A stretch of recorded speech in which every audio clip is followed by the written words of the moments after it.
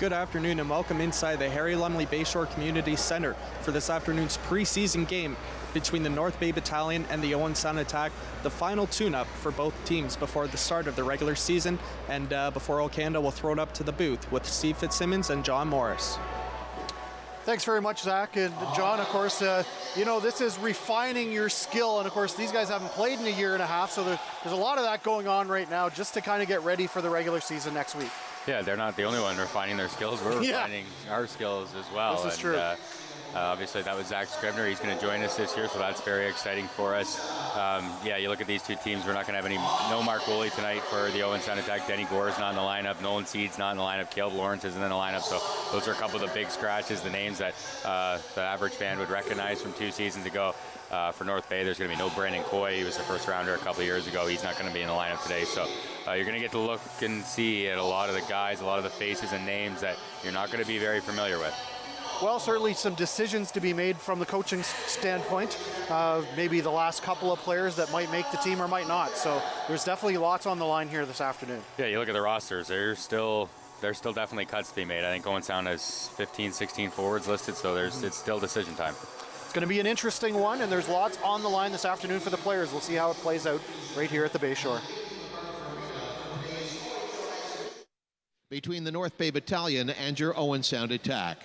We'd like to take this opportunity to acknowledge that we are on the traditional and treaty territories of the Saugeen Ojibwe Nation, which includes the Chippewas of Nawash and Saugeen First Nations.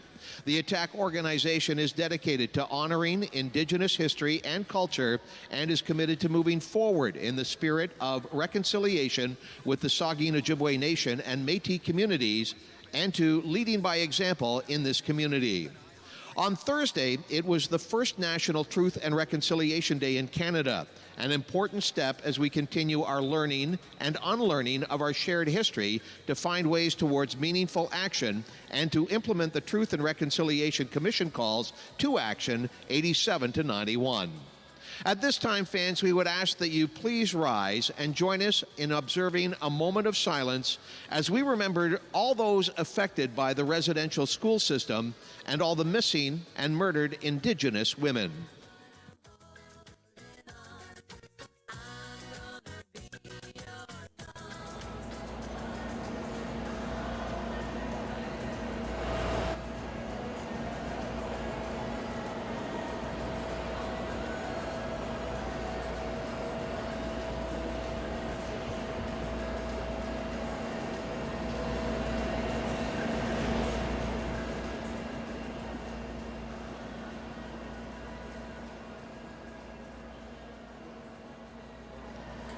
Thank you very much, fans, and please remain standing as we present our national anthem.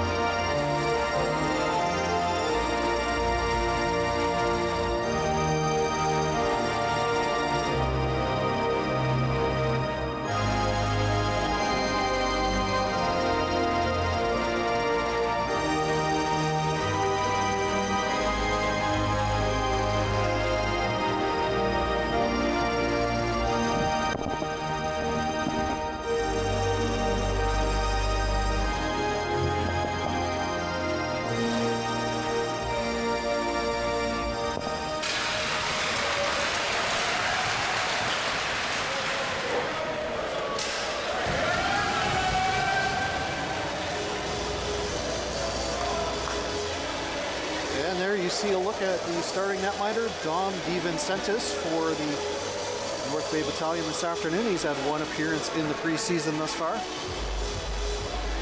6th round pick in 2020 OHL draft, not NHL draft eligible, of course, until this coming summer. And in net for Owen Sound, very familiar face. I don't know this stat off the top of my head, Steve, but I'd have to say he's got top 5 starts for an OHL goaltender still in the league. Oh, I would think he'd have to. Guzda. Mac Guzda. Going to be rock solid for the attack this season, no doubt about that. With all the experience he's gained here. And we're underway as the attack control it. That is Andrew Parrott through the middle. Gobbled up. Petrovsky dumps it in there. Petrovsky trying to get to it. He'll work it across. And that's picked off in the corner by Christopoulos. Can't clear the zone as the attack keep it in, but fire it just out of play. We mentioned still some decisions to be made by coaching staff, general managers, things like that. Steve, obviously Owen Sound still has 4 overagers on their roster, Guzda being one of them, and then the 3 guys on the back end, Chibrikov, Woolley, and Parrott. So still one of those guys to get figured out. Obviously they can play into January with 4 as long as they only have 3 in the lineup, but still one to eventually be moved. They can, and certainly a valuable quantity around the league, no doubt. A veteran defenseman, perhaps, if they choose to make a move. Last break there, you saw Greg Walters, new head coach of the Owen Sound attack, most recently with the Oshawa Generals. And we only see Oshawa once a year here typically, but I watched quite a few games of theirs a couple of years ago, and Oshawa 1 is always very competitive, and he always has a really disciplined group. You took the words right out of my mouth. Disciplined play, they definitely show that for sure. Back there, that was Oki Tundu. As Oki Tundu will hustle after the puck for Owen Sound. Into the corner for Andrew Parrott. Sent ahead there. That is Gwindon. Rink wide now for Oki Tundu, who will clear it in right on goal, and even sent his steers to the corner. Chipped ahead, Petrov. He'll fire it around on the wall, cutting it off there. And steering it to the corner is Guzda. Kept in by Lukin on the point. Owen Sound on the rush. Here they come. That's Lesage. Sedley. He'll just bump it in behind the goal, give chase after it. Out to Petrov, who was upended but got the puck to center ice. As Chibrikov gives to Sedley. Worked up the right side. Dumped in there. Bona Uto. Fired high off the glass by Stevens. Heavy hit in the corner, and slow to get up there is Christian Stevens. There's going to be a penalty on the play. See if Bonaudo gets to stay in this game.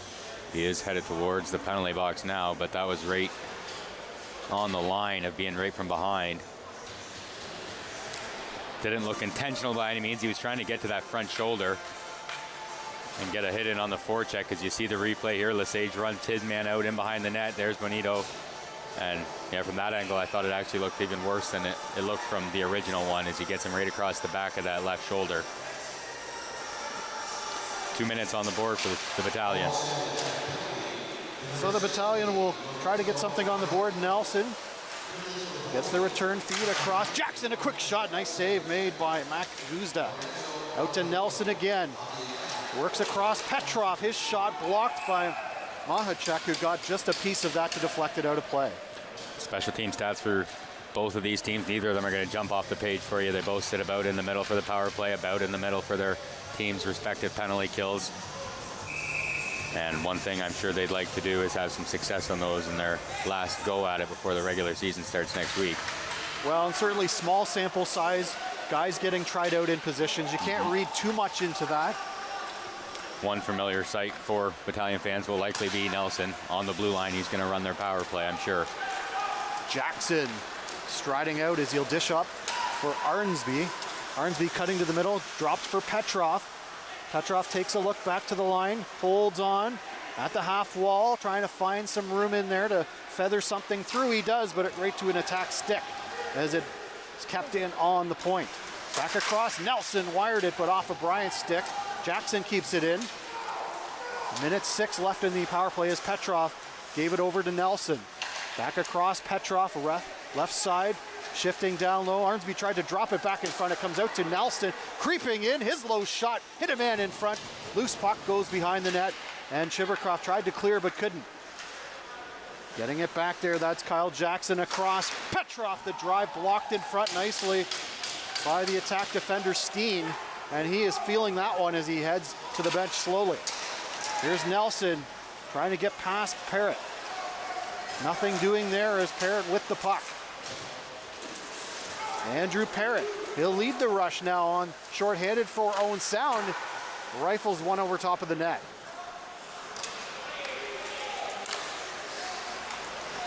The Battalion look to set up. Here's Christopoulos. Outwater, battling hard for the puck there. Kept in, Winslow on the point. Quickly across, Wakely couldn't get it through, blocked by Chaff. And now the attack back to full strength. Long shot, knocked down by the glove of Guzda. As the attack weather that one. Here's Parrott. Taken out by Wakely. Alex Christopoulos tried to bring that in. Here comes the attack. We're breaking in. Bonauto. And Winslow held firm with him. That's Gwindon cycling back behind the net into the corner. As they'll converge for it, 4 players in there. It rolls free to Sema. Here comes Curry for the drops for Van Steensel. His low shot easily gloved by Mac Guzda. So Owen Sound kills off the first Battalion power play of the game. They had about 3-4 chances on that one extended zone time for North Bay to get the puck out, and they weren't able to do it. It took till the 5th time Parrott finally got it down the ice, and that's something that I'm sure the new head coach, who's pointing and yelling from the bench right now, will mention to them. Absolutely, and you can see how Ty Nelson's going to play a huge role offensively for this North Bay Battalion team. Of course, the 2020 first overall pick, so 17 now NHL draft eligible. Yep. And all sorts of skills and moves as he runs the power play from the top there. Yep. That is Owens. Owen Sound will clear. That is Galvro as he got bumped but dumped it in right to Mac Guzda. He'll take no chances there. Seeing a lot of similarities in this game as I saw yesterday watching a little bit of that Niagara-Kitchener game, and you know, you can tell the skill there is there for all the guys. Maybe the cohesiveness isn't quite there yet, and it feels a little sloppy back and forth in the neutral zone, not really stringing too many passes together, but what do you expect when a lot of these guys haven't played organized hockey in quite some time? You work on the skills all you want, but once you get into a game and you get game pressure, it's a little bit different. And I did the Guelph game last night with Mississauga, similar type of thing. Giveaways all over the place, and as you say, sloppy play. Just, you know, they need a little more reps to get a little more refined as we head to the regular season next weekend. Yeah, you wonder how long it takes for that defenseman to come around the back of the net, that puck be crisp to the winger, back into the center of the ice, and away you go on a breakout. You see right there off the back of a skate, and all of a sudden it's bouncing through the slot right to the goaltender. It'll come. It's just going to take some time and some patience. Well, there's no blueprint to coming back off a 1.5-year layoff. No, there's not. It'll be interesting to see how long it takes. That is Sedley. Hard hit there. Here is Outwater. He had that picked off, and that'll be cleared out and down the ice by Julian Fantino. Nelson, and that's deflected out of play by Podoluk through the middle. That was Nelson who took a run at Fantino there just inside the attack blue line, and Fantino got the best of him, stood him up, and wasn't afraid to let him know it either. You wonder how much animosity builds in a game like this. Obviously, it's the preseason, but you've got some positions on the line, but you've also got two teams that aren't going to see each other for over a year. It's hard to say. I think the big thing is don't get somebody hurt today, and give your maximum effort to try to win one of those spots if you're on the bubble. And there's Steen, you saw mentioning don't get hurt. He was the one who blocked the shot there in front of the net, went down to a knee, and it looked like he took it off the ankle. You see him shaking it a little bit there as he gets back onto the bench, but looks like he's going to be just fine to carry on as he gets some pointers from assistant coach Jordan Hill.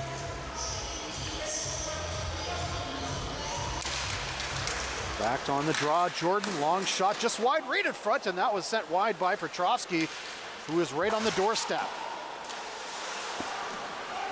That is Romani. Looking across, and they had it taken away. Rolls to Parrott. Steered down low. Tios, Jordan. Here's Burrows busting in on the right wing side. Burrows looking through the slot. He was trying to find a teammate. He couldn't get it across. Back to Parrott, and his shot wide as Sedley will creep in to get it and work back down low for number 18, Petrovsky.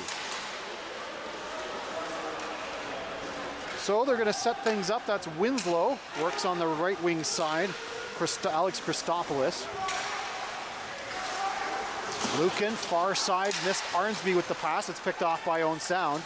Nice drop pass. Mahachek right in front, dropped it there. Here's a chance right on goal. Nice opportunity by Bona Uto, who came close there. Owen Sound, Barlow takes a look, he'll come in. Sent it off Mahachek, who's bumped behind the net. Some good pressure here by Owen Sound down low. Back out to Sedley, who has it bounce off his skate. Arnsby will clear it across for Alex Christopoulos. Couldn't get past the defender. Sedley spins, and he'll skate it out himself for the attack. Bumped there. Kept it in. Here's Fantino. Tried to poke it across, couldn't get it over there as Curry will take over, trying to cut in on the defender. Sedley, nowhere to go there. Gwyndon for Owen Sound, rink wide but broken up through the middle with the pass. Here's Van Steensel, back to Wakely. Van Steensel to refer and feed, and he tried to shovel it short side, and Matt Guzda was having none of that. Let's take a look at that last Owen Sound chance. They had multiple cracks at it from in front of the net. DiVincenzo stands tall. As you see the give and go back to Makachek, he gets it back in front. There's the first opportunity, slides by, and there's the second one, and there's the big stop to keep this game 0-0, 5 shots apiece.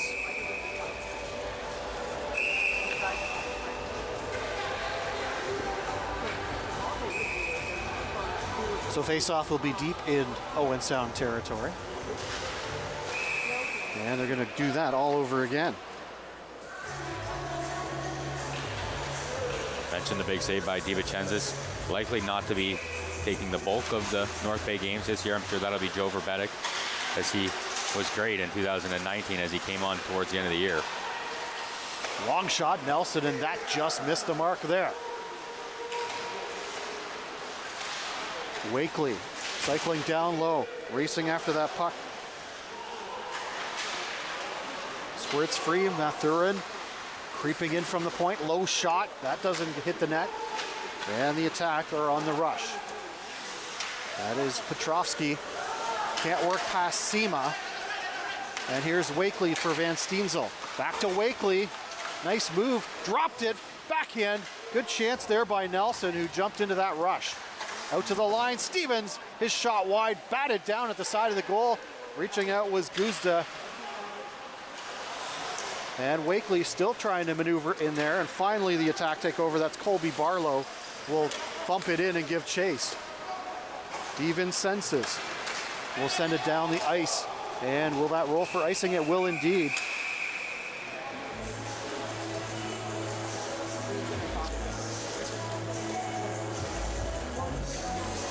And let's take a look at that last chance for the Battalion, the little give and go. Wakely, I don't know if he means to drop that, doesn't look like he does, but Nelson comes in and picks up a loose puck, takes it to the backhand, and Guzda replies with a save of his own.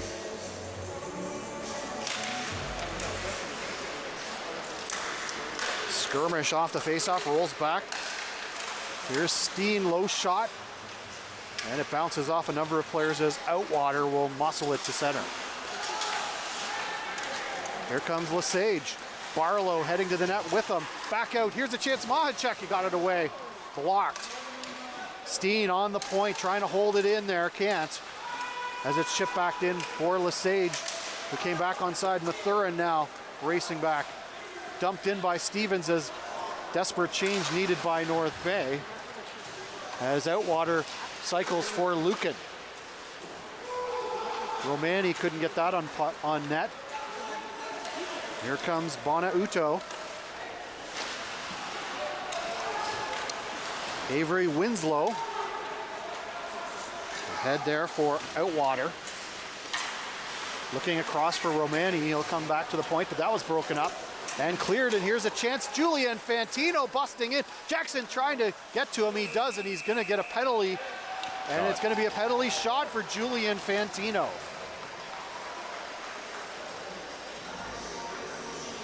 Well, that'll be about the easiest penalty shot decision you'll ever have to make, because you're going to see the stick come up, get right across the hips of Fantino right there, and it stays there for a couple of seconds before Fantino hangs on to it. He's trying to make sure he gets that call, but the ref's arm was already up before his hand came down. Julian Fantino, he's had a good preseason, a goal and 2 assists. This is his 5th game, here he comes. Fantino, left, creeping back right, makes his move, tried to go short side, nice save by DiVincenzo's. Well, if that's the move I think it was supposed to be, he didn't get DiVincenzo's to bite at all, to go to the far side, to pull that back and flip it into the empty net like you want it to work.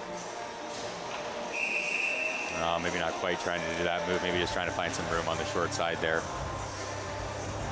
DiVincenzo's equal to the task. The move I'm thinking about, Steve, is the one that Datsuk did to Turco and left him over in the corner, is what I thought he was trying to go for there with the fake to the flip. There you go. Ambitious in the preseason if you're doing that. Well, why not? Well, probably the best time to do it. Actually, in a way, yeah.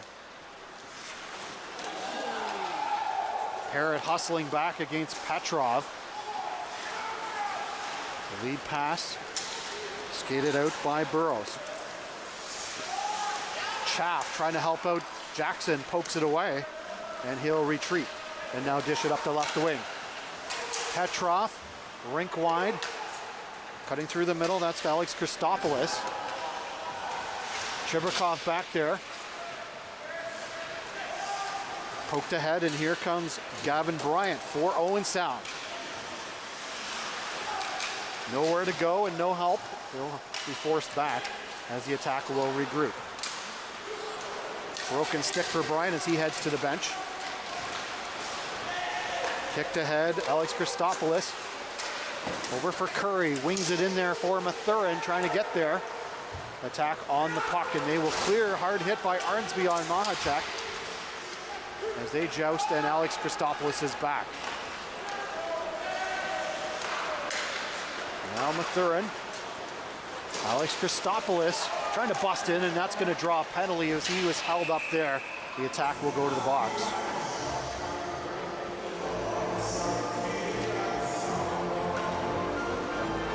Take a look at that penalty by Owen Sound. Saw the man getting inside. I don't know who's going to get it. There was someone hanging on to each one of his arms, but it's going to be Sedley who comes over to sit.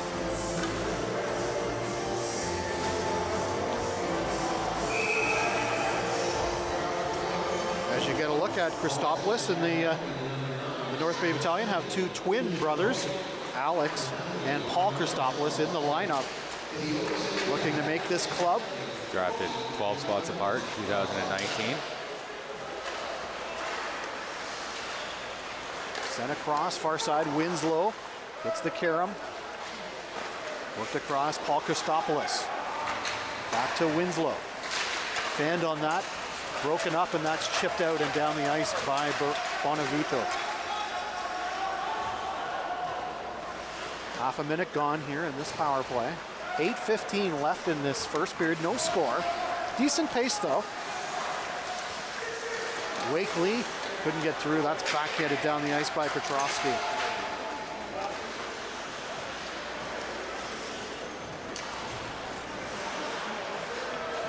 Entertaining first period thus far, just no goals.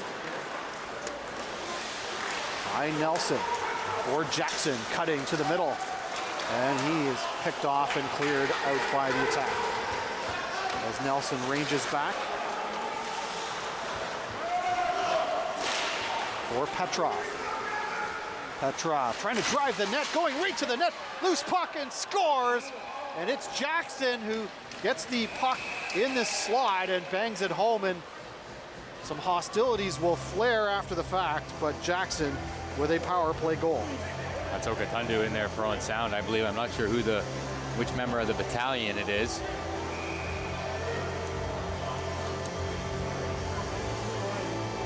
Liam Arnsby, is it? Yes, it is. And you can see Matt Guzda a little shaken up from that play, which is what the attacker taking exception to. And you see the move by Petrov that has upset the attack. It's just a power move. Get out wide, put that knee out, get the stick into the air so you can slide the puck under it. And works perfectly on Cheeberkov, and the puck just sits there right in the middle of the crease for Jackson to tap in. And if that's what the Battalion are going to get out of Petrov, is big boy power moves like that, I think they're really going to enjoy having him here. Absolutely.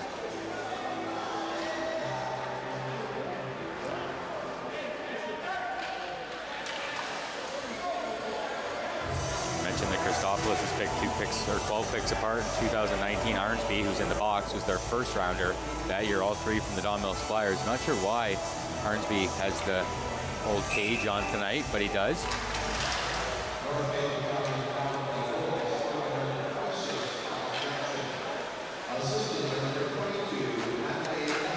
So penalties up on the board, and both teams 4 aside here. As Fantino comes in for Owen Sound. Fans on that can't get through. Sema pokes it, trying to get it to his skates. Back out to Andrew Parrott on the point. Shovels across for Gwindon. Parrott wired it, but it hit a player on the way through. Here's Sema. Left to, trying to cut in, low shot. That looked innocuous, but it was actually a decent shot. Guzda had to be careful. Here's Fantino. And they're offside are the attack at the blue line with 6:46 to go here in the first. Are we doing media timeouts today, Steve, or are they not giving us that today? I keep looking down at the refs, and they're not looking back up at me giving me an answer. Doesn't look like it. No, I don't think we are. We did in Guelph last minute, so we'll see what happens. Doesn't look like it, though. Depending on how many games they've worked, maybe they're ready to just get to next Thursday. Get her over, yeah. Guadalupe, lead pass. Stevens putting on the brakes, tried to work it back across. Picked off by the attack. That being Sedley, who was taken down. Skated out Ethan Burrows. Certainly going to be a big player for this Owen Sound Attack Club this year. As that's knocked in on the backhand by Nelson. Boosted to the corner for Sedley. Lead pass, Burrows. Petrov tying him up. It's picked off Mathurin. Back in for North Bay. Low shot, no problem for Guzda in perfect position.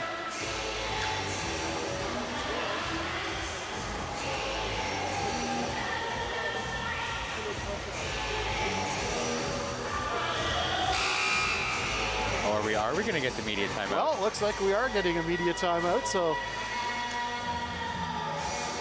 we'll take a break. We'll be back with more. You're watching Owen Sound Attack Hockey on Rogers TV.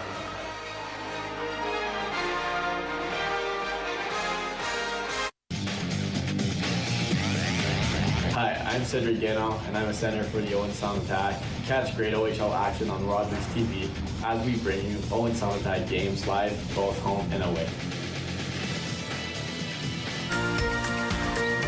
Join us next week on Grey County Life. We're going to be talking to Jane Jones, who is that no sugar baker. Every year, dozens of Canadians are killed or seriously injured because they take risks around railway tracks. Talk to your loved ones about rail safety. Visit stoptracktragedies.ca.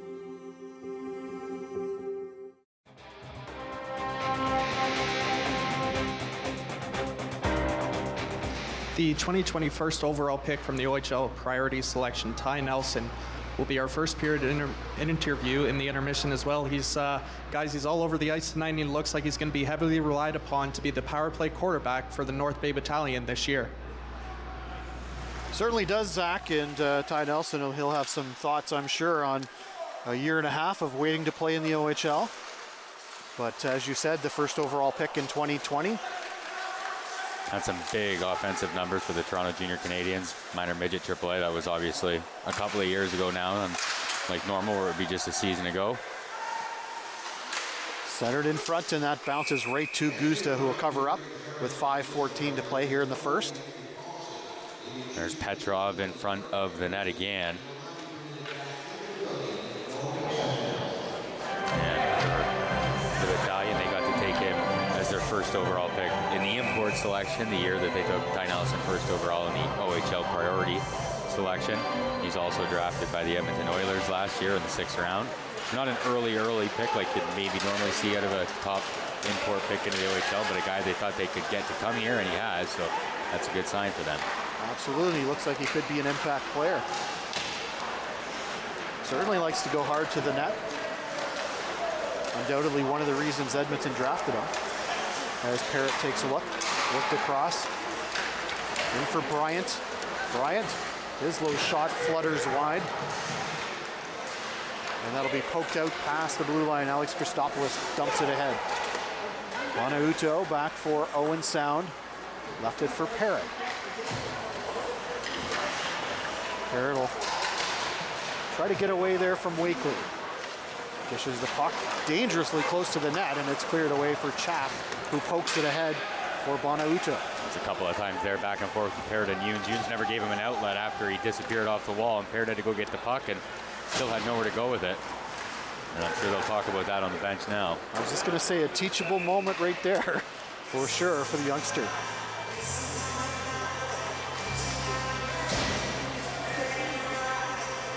It's one thing Owen Sound should have to their advantage is to get a look at Sedley. You add him in, who's got a fair bit of OHL experience. You add in the 3 overagers on the back end, and there shouldn't be a lot of miscues in the D zone once the regular season gets here and the pairings get fixed up to how they're going to be for the majority of the season. Well, and as you said, they have 4 credible overagers, so they'll be in a position of strength there potentially to trade one if they choose to. And certainly lots of clubs looking for quality overage players. As Gwendon low shot, but right there, not even moving a muscle, was DiVincenzo's. Well, we've talked lots about some of the North Bay picks. Gwendon, first round pick for Owen Sound 2 years ago, and then Kobe Barlow last year. And I don't think Owen Sound thought Barlow was going to be there when they went to make their selection. I think they thought they would probably end up with a guy who's on the other bench tonight and Owen Outwater, but he was still available. They chose Barlow instead. Bucket scores! Ethan Burrows, nifty looking play there, and he ties this game at 1. Now there's an opportunity in front, right off the face-off, and didn't really look like anything was going to come of that play. It was a pretty innocent looking face-off, and all of a sudden a little backhand on net, and I don't think DiVincenzo's ever sees it. No, an innocuous looking play to say the least. Wasn't even an overly clean face-off win. I think he's trying to get it back to the point there, and it just squirms its way to the hash marks. You know, Ethan might tell you he wasn't even trying to score necessarily on that one, I suspect, but he'll take it. So 1-1. 3 and change to play here in the first period. It's been entertaining. I'm Steve Fitzsimmons along with John Morris. We hope you're enjoying the action wherever you're tuned in this afternoon. Mark McKelvey will be back next week. I'm just here doing some spot duty, but I'm glad to be here as well. Jackson, Govra, rink wide pass. That's Romani putting on the brakes, leaves it for Jackson.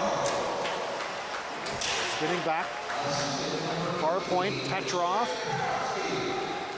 Jackson ships it back to Petrov, who keeps it in, works back to Jackson, and that's turned over to the attack, and they'll clear.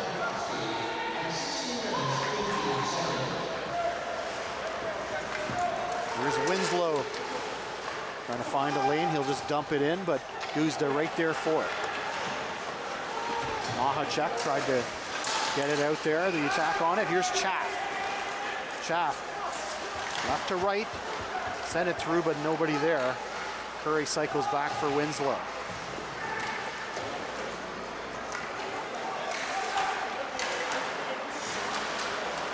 Gathered in by Arnsby. Looking for a lane out there. Bonauto all over him. He's forced to dump to the corner. Bonauto for Chaff. Back to Bonauto. He'll cycle down low. Doesn't get through, and it's rolled to center ice. Bonauto on it again. Here's Gwindon. Gwindon right side. His wrist shot over top of the glove of DiVincenzo's. Curry, rink-wide pass. Alex Christopoulos dumps it in as he heads to the bench. Minute 28 to go here in the first period, 1-1. Owen Sound and North Bay. Mathurin at his own bench area, across for Nelson. Lead pass, Wakely, nice pass. Sema finding a lane out there. Tried to go short side, and catching up with him just at the right moment was Gwindon. Wakely cycles back. That is Van Steensel.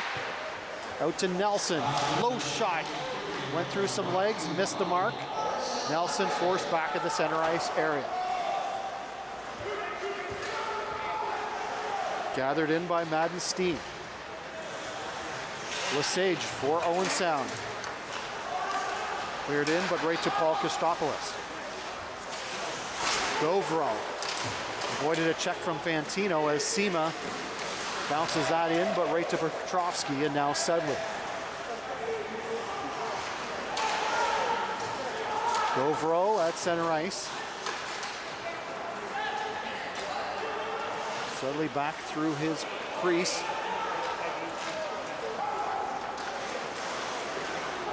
Lesage takes a look.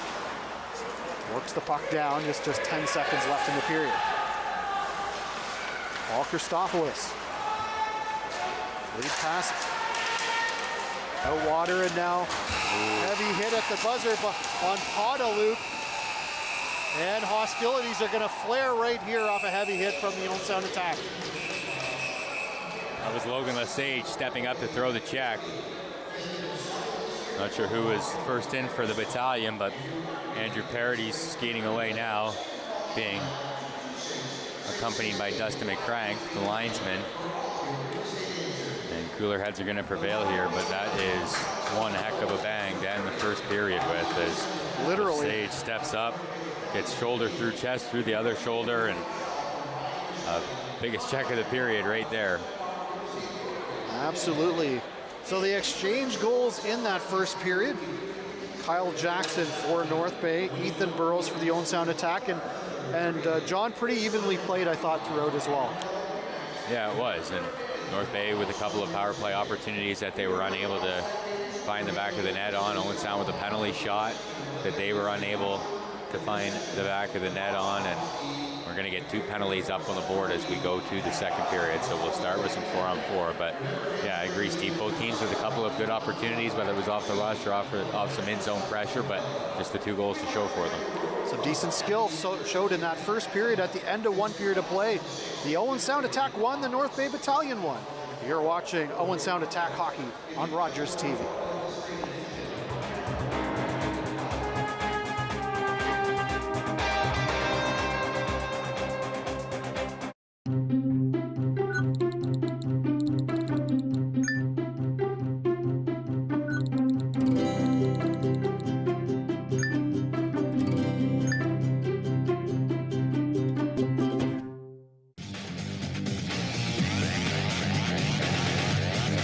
I'm Kyle Ewens, defenseman with Owen Sound Attack. Go behind the scenes with your favorite team on Attack Craft every Tuesday on Rogers TV. Hi, I'm David Sherman, host of Politically Speaking on Rogers TV.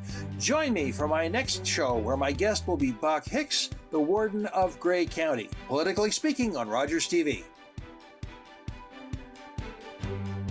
When an impaired driver killed my brother DJ, some people used the A word. They called it an accident, but it wasn't.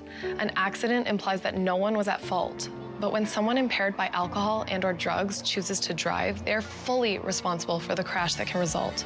So please, for the memory of my brother DJ and the thousands of families whose lives have been shattered by impaired drivers, let's drop the A word. A crash caused by impaired driving is not an accident. When we turn a blind eye to racism, we turn a blind eye to ourselves. As Canadians, we disavow all forms of racism.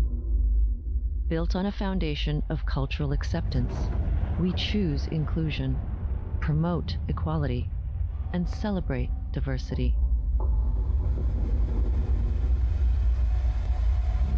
Choose health, not hate. Every year, dozens of Canadians are killed or seriously injured because they take risks around railway tracks. Talk to your loved ones about rail safety. Visit stoptracktragedies.ca.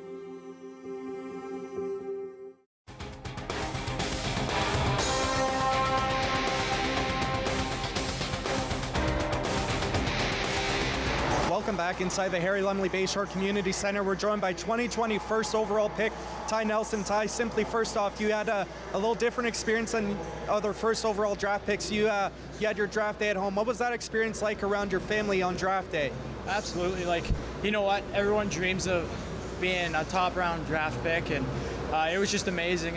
It sucked with COVID, obviously, not being able to go up to North Bay, but just being able to be at home and spend it with my family and enjoy the moment with them, it was surreal, and I was so grateful that I was able to spend that time with them.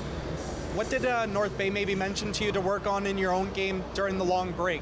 Honestly, they just said keep getting stronger and keep doing what I've been doing, because they liked my game and they liked the way I play, and they felt that it was that my game is a good thing for the team, and I'm just continue to work on it, grow, get better, and obviously become a better overall player. How much does missing out on your rookie year impact your NHL draft year now? Your rookie season, but it's still your NHL draft year. Yeah, obviously missing the rookie year, it sucked, but I looked at it as a learning curve, and I used it as just being able to train and work out every day and just get better and keep working on all my skills and just trying to develop my game fully. Obviously it sucked missing a year, but I feel really good right now, and I can't wait to get the season started. And you've had a strong preseason. You had a goal and an assist in the preseason. What's been going well for yourself in those 3 games? Honestly, I think it's just a whole team game right now. We're playing really well as a team, and it's been amazing playing with all the guys, and they're super skilled, super great guys, and honestly, I'm looking forward to everything that's coming, and obviously just the way I've been playing, and then it just gels in with the team, and we've been working really well together. And final question for you. You guys kick off the season Thursday against Peterborough.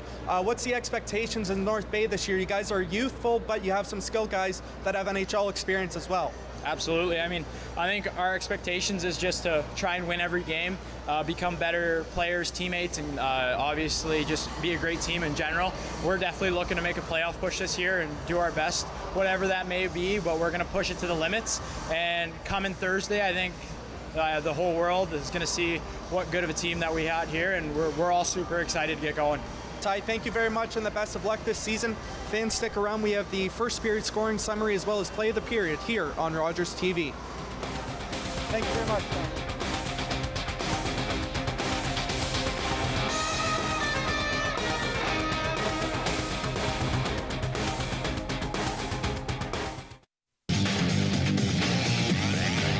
Hi, I'm Cedric Guénon, and I'm a center for the Owen Sound Attack. Catch great OHL action on Rogers TV as we bring you Owen Sound Attack games live, both home and away. Join us next week on Grey County Life. We're going to be talking to Jane Jones, who is the no sugar baker.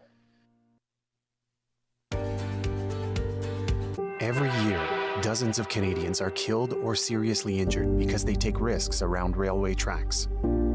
Talk to your loved ones about rail safety. Visit stoptracktragedies.ca. It was John's graduation. We were so proud. We all got together for a picnic. That's when we heard coming from the radio. So we stopped and we listened. It helped us get to safety. That's why when I think of John, because now he has a real future to look forward to.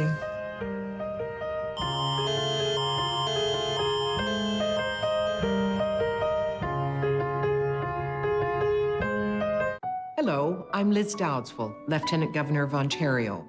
In 2008, carbon monoxide, a deadly invisible gas, killed an entire family in our province. That tragedy led to a new law requiring homes with potential CO sources to have alarms. John Gignac's family members passed away that day, and he shares his story to save others. Please make sure you have working CO alarms in your home. Protect your family today.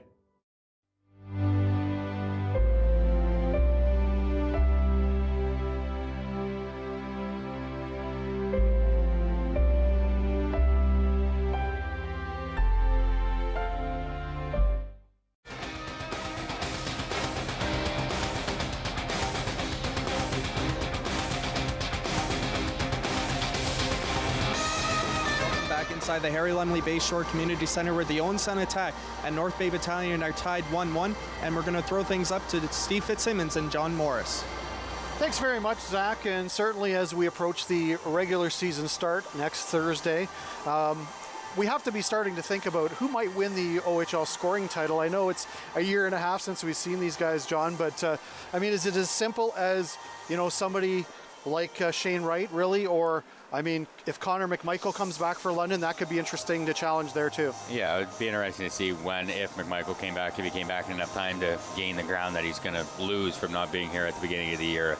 In my personal opinion, I would have to think that it's Shane Wright's race to lose, but you know, to me, there's a couple other options. I look down near the border, you look in Windsor, and they're going to have some high offensive players, which is why they're ranked in the CHL top 10, the first edition of it. They came out this past week. But you look at Jean-Luc Foudy, Will Cooley, and the other one that I can't think of off the top of my head right now, Steve. And their power play is going to get a lot of goals this year. And normally when you look at the leading scorer from the league, they've got 30, 40, 50 power play points. And if that power play can get off to a good start and be the backbone of their team, it's not out of the reason to think that Jean-Luc Foudy could have 60, 70 assists this year alone if he's setting up guys like Wyatt Johnson and Will Cooley all year.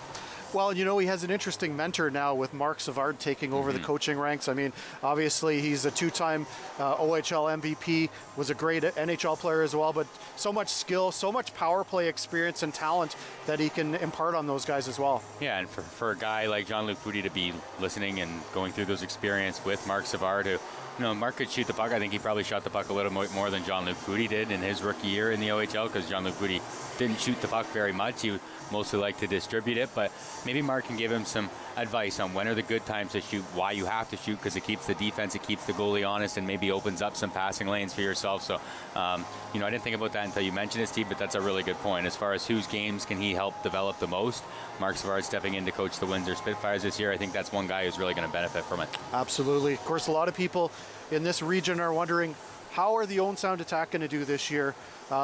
You know, I think people are asking that in every region, really, because nobody's seen any hockey for a year and a half. But you have to like their defense. It's very experienced. It's very mobile.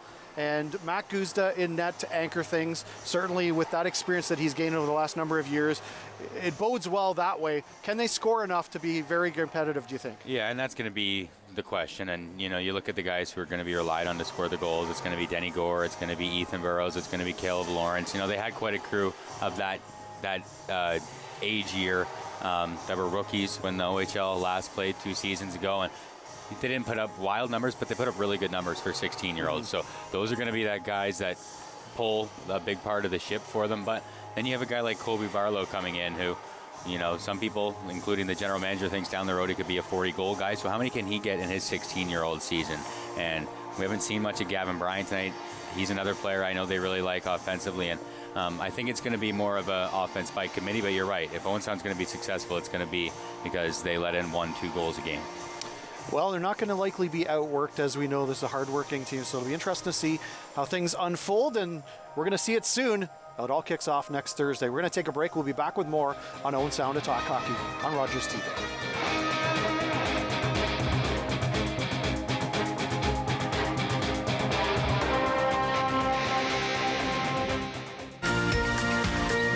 Join us next week on Grey County Life. We're going to be talking to Jane Jones, who is that no-sugar baker.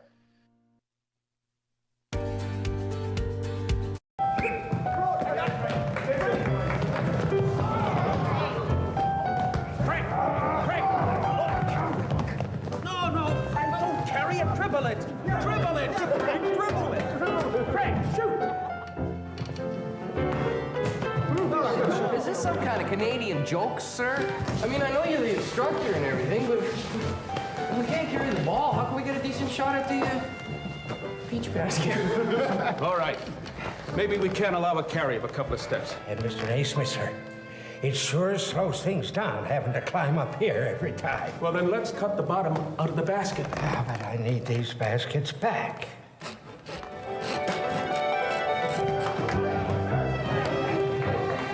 100 years after James Naismith from Almont, Ontario invented it, basketball was being played by hundreds of millions of people around the world. After a night out with your friends, there's always options for getting home safely. You could call your BFF, your mom or dad, whoever you can count on for a safe ride home. You could call your favorite cab company or 1-888 taxi guy. Or you could use the Arrive Alive smartphone app to help you choose your ride. Be it a friend, transit, or taxi, getting home safely is app easy. Now available for iOS and Android devices. Visit arrivealive.org to find out more. Arrive Alive, drive sober. Hi, I'm Gavin Bryant, centerman with the Owen Sound Attack. Catch great OHL action on Rogers TV as we bring you Owen Sound Attack games live, both home and away.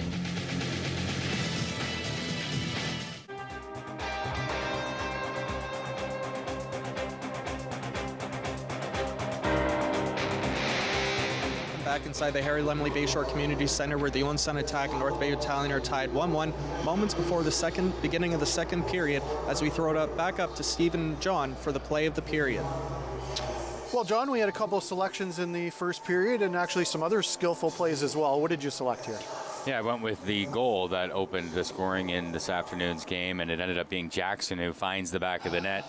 But it's Matvei Petrov that makes the move here, and that's not just any defenseman he's going around. That's Igor Chibrikov. He's got the long reach. He's supposed to have the strength, and Petrov gets that knee out, drives down on his stick, creates that opening for his body to slide through, and although he doesn't tap it into the net, he leaves it right in the crease, and Jackson slides through and taps it in, and that is the play of the period. And a nice play it was, and certainly the other thing in that period with Ty Nelson certainly exerted himself well in that first period as well. Yeah, and we heard Zach talk to him there a couple of minutes ago, and that's always, I really wonder what that was like for him. He gets picked first overall, but he doesn't get to enter right in the league, and you're always so excited to see that first overall pick, and this year we're going to have two of them stepping into the league for the first time. Of course, Zach Nelson being the older of the two. So how good can he be in his first year, his rookie season, when really he should be a second-year player? And from what we saw in the power play, he looks really comfortable running the power play at the top. He's not afraid to make plays, whether it's through the seam down low or just the play off to the side. So as long as he's comfortable there, it doesn't look like he's worried about turning the puck over. That's a really good sign for North Bay. Absolutely. He's going to bring a lot this year, and of course, an important year, his 2022 NHL draft year, unfortunately, with no experience coming into the league this year, but everyone in the same boat. It's going to be interesting to see how it all unfolds right here. And it's going to be a challenge for some. It's going to be an interesting one for a lot of others that are going to contribute and do well. But again, everybody on the clean slate, they haven't played. So it's going to be interesting to see how it all unfolds.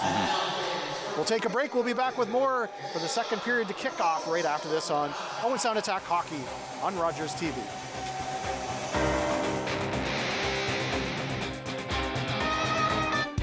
Hi, I'm David Shearman, host of Politically Speaking on Rogers TV. Join me for my next show, where my guest will be Buck Hicks, the Warden of Grey County. Politically Speaking on Rogers TV. Join us next week on Attack Wrap when we have head coach Greg Walters, assistants Jordan Hill and Joey Hishin. Learn more about the new bench boss in town for this season, and we're going to go over the season preview and talk about some new faces that you'll see on the ice all year in Owen Sound. Attack Wrap, here on Rogers TV.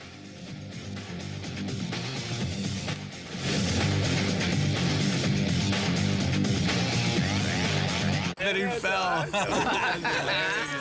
Whoa, I'm not driving. I'm way too stoned. How are you feeling, Veer? Oh, since we had that talk, I'm not driving tonight at all. What about you, Dave? You only had a couple of drinks. And only a couple of puffs. I don't drink and drive. No way I'm getting behind the wheel when I smoked weed, too. How are we getting home, then? You can drive, Dave. Come on, Dave. Take one for the team, buddy. Don't let weed and alcohol influence your decision to drive.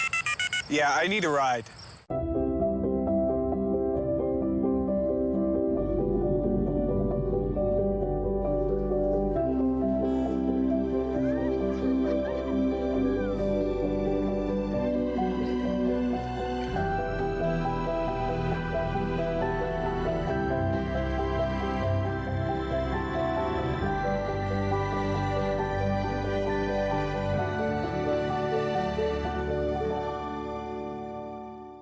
Every year, dozens of Canadians are killed or seriously injured because they take risks around railway tracks. Talk to your loved ones about rail safety. Visit stoptracktragedies.ca.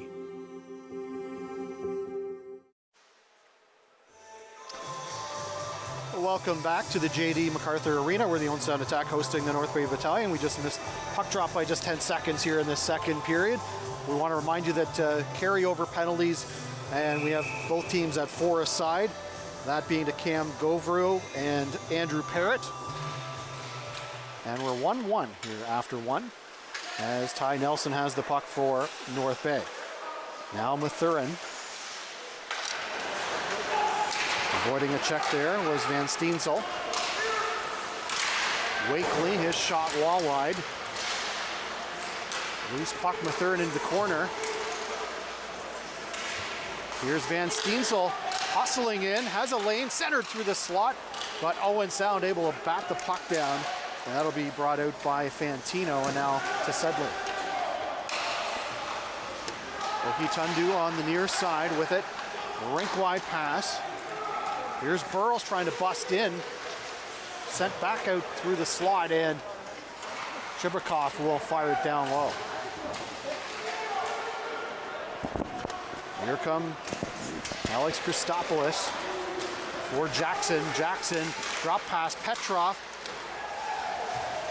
Got taken down, and he'll work the puck back out to Winslow. Here's Lukin at his own blue line as they set things up. 36 seconds left in this 4 aside. A turnover, dangerous one to Burrows. He'll send it across looking for Gwindon. Tried to leave it there for Burrows, and that's taken over by the Battalion. Jackson putting on the brakes, sends across. Petrov shifting it over for Winslow in the corner. He'll cycle back down low, broken up by Gwindon. Gave it back to Chibrikov. As the big man steps through the middle and gives it over for Gwindon. It's a return feed, back in front, Gwindon hustling into the play, fired hard over top of the net by Tios Jordan. And he wired that one for sound, that's for sure. Alex Christopoulos for Arnsby. Nowhere to go there, the attack all over him as they swarm him. Here comes Nathan Parrott, or Andrew Parrott rather, I should say. Hey, it had to happen one of these times, right? It's only been a year and a half. Took me 2 seconds to even notice he did it. Yeah, exactly. Arnsby back for Paul Christopoulos. Lead pass for his brother, and now here's Curry. Shovels in for Nelson, who sent it through the slot as he was going down. Nobody there for it. Cycled back down behind the attack net. Picked up by Tios Jordan. Lesage works across Barlow now. Nice pass for Mahachek, and he'll dump it in. Heads off for the attack. It's an example of that choppy play in the neutral zone again we talked about earlier. They eventually get the puck dumped in, but it took a bounce here, a bounce there, a back pass here, and eventually it gets to where it needed to go. Just sloppy. Okitundu, far side, Parrott. Potto Luke trying to tie his man up. Christopoulos will clear it out and down the ice. And that's an icing call against the Battalion. 3.5 minutes into this second period. Deadlocked at 1. We've talked a lot about Nelson, we've talked a lot about Petrov, and another young man from that draft class, Dolan.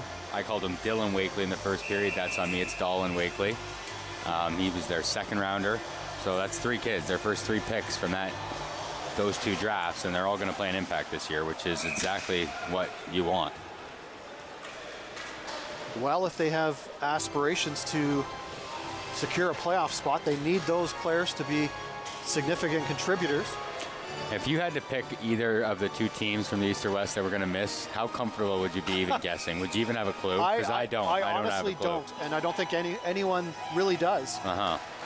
Like I'm watching the OHL 20 for 20 videos coming out, and I think that every team, by the videos, you think every team has a chance to win the championship. But by the end of the year, there's going to be a big gap between the top and the bottom. Nice chance there by Burrows. I agree completely. And, you know, obviously there's still impact players at NHL camps that haven't even come into the fray of any of this yet either. The Kitchener Rangers just got 4 players back from NHL camp in the last week, so they should be ready to go for the start of the season. Wraparound attempt there, and Guzda snug against the post. They get Martin Haas back. He was in Guelph last year, over 2 years ago, wasn't he? Yeah. Martin Haas, yeah. Pinelli comes back. And I can't remember the other two off the top of my head, but still without Donovan Sabrango. Yep. So. Good chance they'll get him back, I think. You think? I think so. Spent quite a bit of time with Grand Rapids last year in the AHL, so we'll see. And acquitted himself very well, too. And that's why there's a school of thought he might stay, but I suspect he'll be back with the Kitchener Rangers. Maybe not immediately, but. Declan McDonald and Roman Schmidt, the other two who came back from NHL camps. John Morris in mid-season form, remembering names. Good for you. I don't even think we haven't seen Roman Schmidt in the OHL yet, have we? No, we haven't. And he was a 19 draft pick. He didn't play his first year. That's right. Delay penalty here is going to be a high sticking call.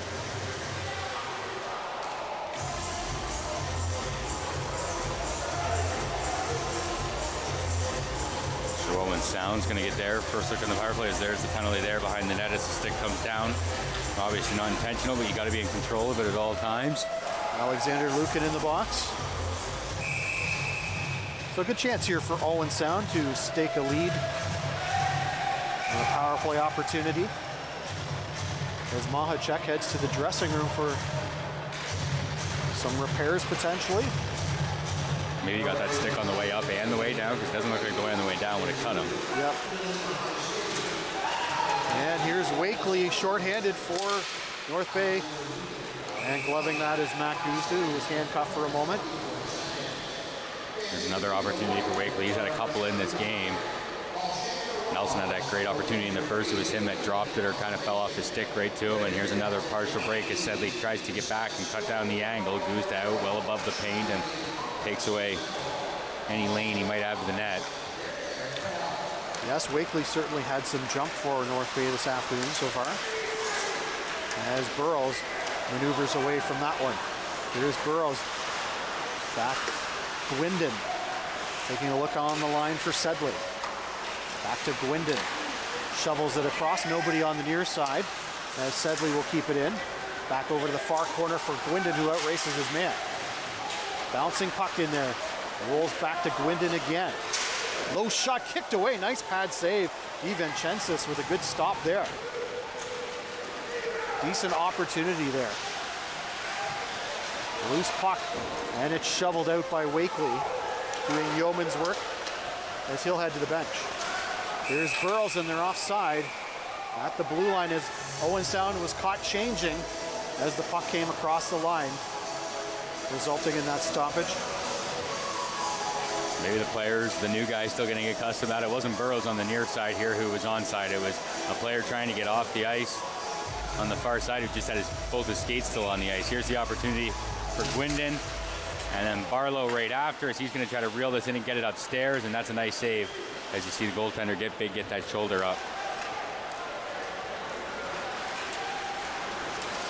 Brought in by Andrew Parrott.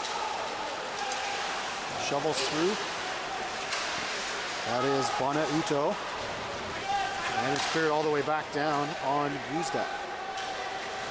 So 33 seconds left in this power play as Andrew Parrott weaves his way around Curry through the middle, in across the line.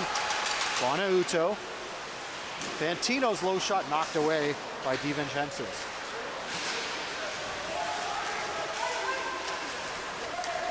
Parrott again. Bona Uto. Drops for Chaff. Far side, Petrovsky. Broken up nicely, and Curry will carry it ahead. Has some help. Heading to the net was Alex Christopoulos, couldn't get it to him cleanly. Owen Sound back on it. Julian Fantino. There's Bonauto. What a wicked shot that was, and he got a piece of the crossbar to deflect it out of play. A close call there. I thought DiVincenzo's got a tiny little piece of that before it hit the crossbar. Yeah, you may be right. Enough that I'm not sure you'll be able to tell here, based off it being lined up inside, however. I thought it was a really small amount. It'd be impossible to tell on the replay. But that's a great shot. That's a great spot right at the ear. Burrows trying to keep it in there for Owen Sound. Roll down the ice. Hustling in there is Podoluk. Took a check. And that'll roll its way to the center ice area. And here's Bryant hustling in. Can't chip it past Winslow, who will dump it back out. That is Podoluk. Owen Sound regrouping, and they dump it to center ice, but Winslow's right there. Stevens tried to feed it in front. Gets it back for the Battalion. Creeping down low there, that is Christopoulos. He is rubbed out by Chibrikov. And Owen Sound will escape their zone. Lead pass, Gwindon. Favorable bounce, got the puck back, got the shot away, but in perfect position was DiVincenzo's.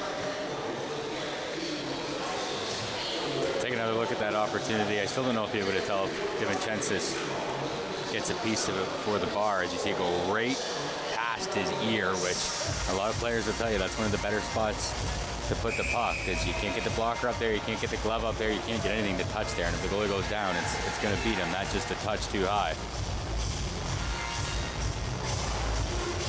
You can almost just hear it hit him on the way by.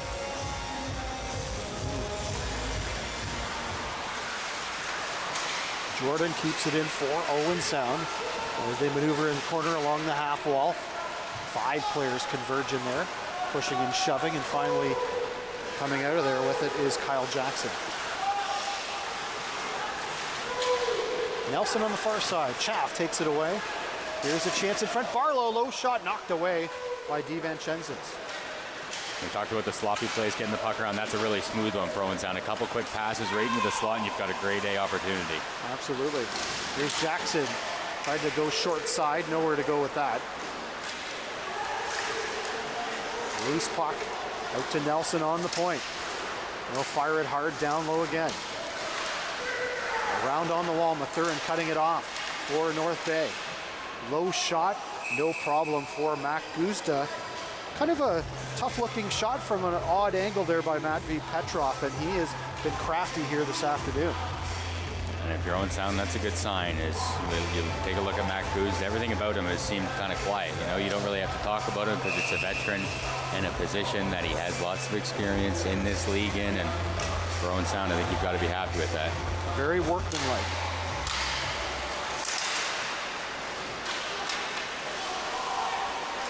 Loose puck behind the net. Out to the point, Winslow. Fires it back in. Sema trying to hustle there. He outraced Fantino. Sema at the half wall. Here's Christopoulos. Couldn't get it on goal there with his opportunity. Wakely digs it free. Into the corner. Fantino will get there first. Rolls it to the point, but it's kept in by North Bay. And that puck will deflect out of play on the near wall. With 10:45 to go here in this second period as we approach the halfway point. North Bay with 8 shots in the first period, just 3 as we're almost to the halfway point of the second period. Owen Sound's put a 7 on net so far through 9 minutes and 15 seconds here. You see Okatundu head off to the bench. So face off deep in attack territory. Here's Curry, low shot, blocking arm save by Guzda. Ethan Burrows for Parrott, back to Burrows. And that'll score it away and all the way down the ice, but Chibrikov will be the first one back. Hard hit there is running into Chibrikov was Armsby. And Chibrikov a little bit Looks like he got hit on his left arm, and he's in some discomfort over on the bench there. I don't know if that's going to be the arm or if that's up the shoulder. Just the way the contact from Armsby came in, I think that's his shoulder, Steve. Yeah, you might be right. As he's kind of just hanging it there over the middle of his legs there, and there's, can't see Armsby in the clip, but he's coming right now, and he's coming with some pace, and that is just on that angle where it's really not comfortable for your shoulder. And Armsby is not known really for throwing his weight around, but he can move, he can skate, and he had some good pace there as the two collided. And there you see Alex Christopoulos in the box. Missed what he did, yeah, but not Owen entirely Sound, sure what that's for, but in any event, Owen Sound with a power play opportunity here.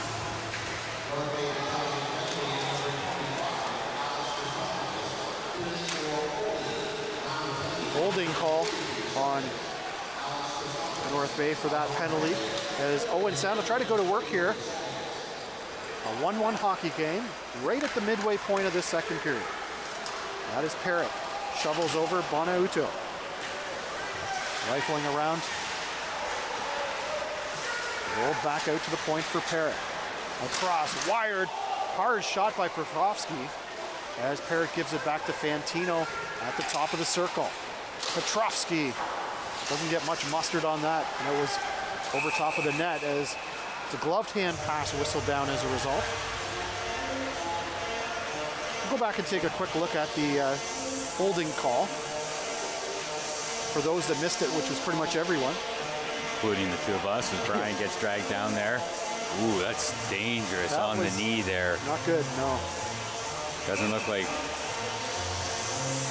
he's going to miss any time, though, so that's good. If Petrovsky can shoot the one-timer like that, Owen Sound is going to have to start feeding him on that wall a little more. Minute 8 left in this power play for Owen Sound. Bonauto. Drop pass. To Parrott on the point. Fantino. Back out to Parrott. Low shot, drifting high. And getting a piece of that was DiVincenzo's through a crowd. Parrott able to keep it in.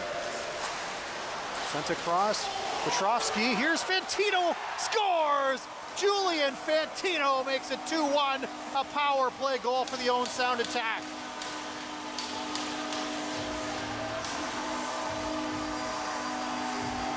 Well, we've talked lots this game about how it's looked a little bit choppy so far through the preseason, but that looked really smooth there. Parrott does a great job at the blue line to get up, hold this puck in. By the time it hits the ice, he already knows where he's going with it. He's got the defender sucked in a little bit. He wants to move it out to the outside. I thought the one-timer would be coming again. Instead, it's a shot pass in front, a toe save, and a rebound to Fantino that he takes his time with. He knows he's got the goalies down, and he gets it up into the top half of the net. And John, I had a chance to talk to Julian prior to the game. He was very excited for the game. He's happy to be here, and he certainly is contributing in the preseason thus far. He certainly is, and we talked about it for Owen Sound. It's going to be offense by committee, so they're going to need some of these young guys to be able to score from some of the spots further down the lineup. That's Fantino's second goal in the preseason to go along with two helpers. As we're going to take a break midway through the second, 2-1 Owen Sound. You're watching Owen Sound Attack Hockey on Rogers TV.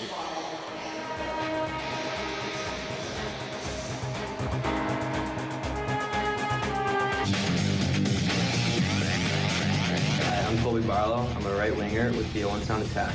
Get great OHL action on Rogers TV as we bring you Owen Sound Attack games live, both home and away. Are you the type who would keep going or stop? It's not easy to stop when you have an addiction. Legalizing cannabis won't stop addiction. It trivializes its consumption. Let's be vigilant. If you need help, visit portage.ca. Hi, I'm Cedric Gano, and I'm a center for the Owen Sound Attack. Catch great OHL action on Rogers TV as we bring you Owen Sound Attack games live, both home and away.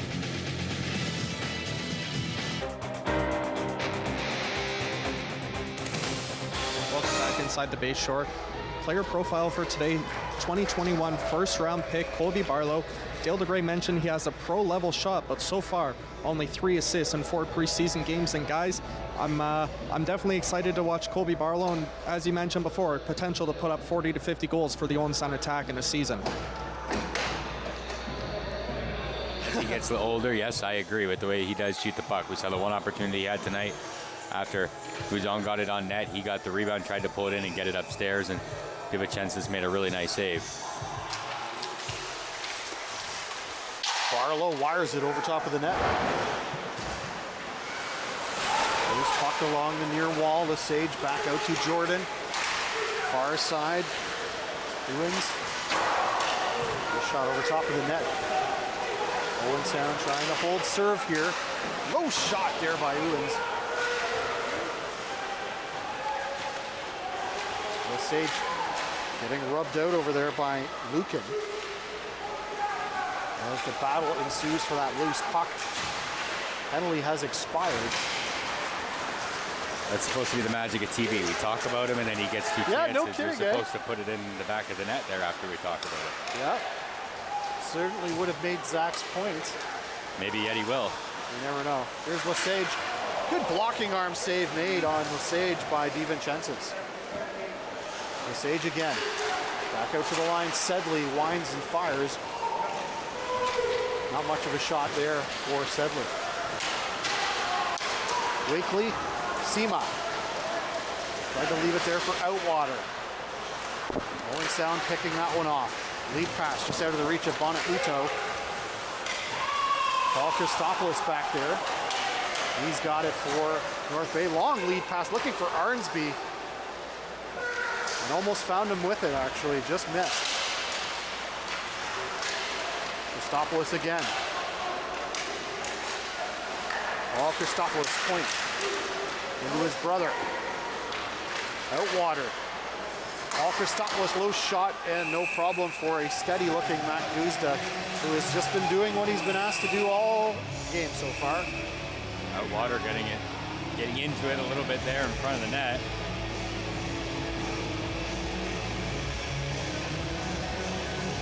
Bonauto was the member of the attack, having words with him after the attempt to get to the rebound in front. That's a good bounce back shift for the Battalion. Owen Sound had some looks on the power play, then they got some extended zone time after that, and Christopoulos get on the ice, Arnsby get on the ice, and all of a sudden they get a chance of their own. And don't look now, but it's 27-14 in favor of Owen Sound on the shot clock, and that has just kind of crept up. 15-6 this period. Yeah, exactly. It's just been dominant by Owen Sound here in this frame. They have a goal to show for it by Julian Fantino, his second preseason goal, as Parrott is back for the attack. Nelson at his blue line, chipped ahead for Romani. Nowhere to go there. It's well covered as Chaff will dump it down into the Battalion zone. Rink wide pass. Petrov batted away by Guzda. Chaff tied up, got the puck out.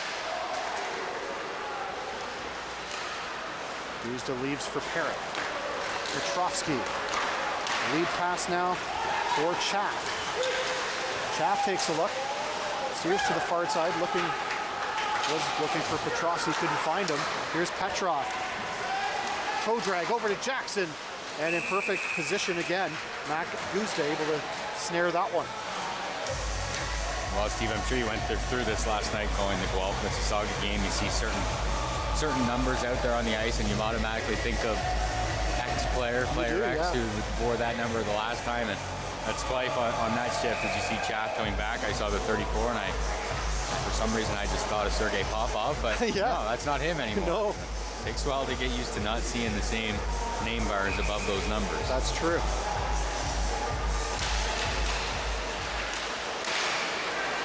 On the point, kept in there by Lucan. Dangerous bouncing puck right to Bonauto. Head for Lesage. Cleared in. Bryant will give chase, but it's gobbled up by DiVincenzo, who saw Bryant hustling in there. It's been an impressive game for DiVincenzo so far. As I mentioned, Joe Verbetic on the bench for the Battalion. Montreal did draft him late in the draft in the 7th round, 14th overall. in the most recent draft. So two goaltenders that right now are looking more than capable of taking a run of games. Absolutely. Burrows, low shot, pad save made by DiVincenzo's. Lukin fired around on the wall to the half wall on the far side. Burrows trying to stick handle out of trouble, can't do so, and that's shoveled ahead for Josh Curry. Yeah, there's going to be a penalty here to the Owen Sound attack. And it's going to go to Cal Ewens. Ewens with lots to say on his way to the box, and sometimes as a young guy, you know, that can be the most frustrating thing, is getting a penalty that you don't agree with. Is, you know, you shouldn't say anything to the ref because you don't have that type of pull yet, but you also know you're going to get yelled at when you get back to the bench, and try and do anything you will to get out of it so you don't have to face that punishment.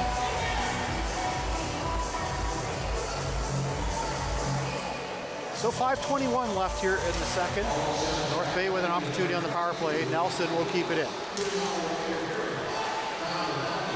Romani. Chance, and that's fired off of the goaltender by Petrov. Third chance on the power play for the Battalion.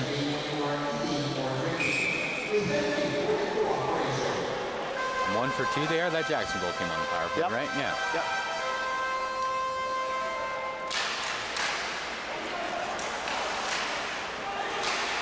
Owen Sound trying to get to the loose puck, and they will, and fire it down the ice. Good clearing by Petrovsky.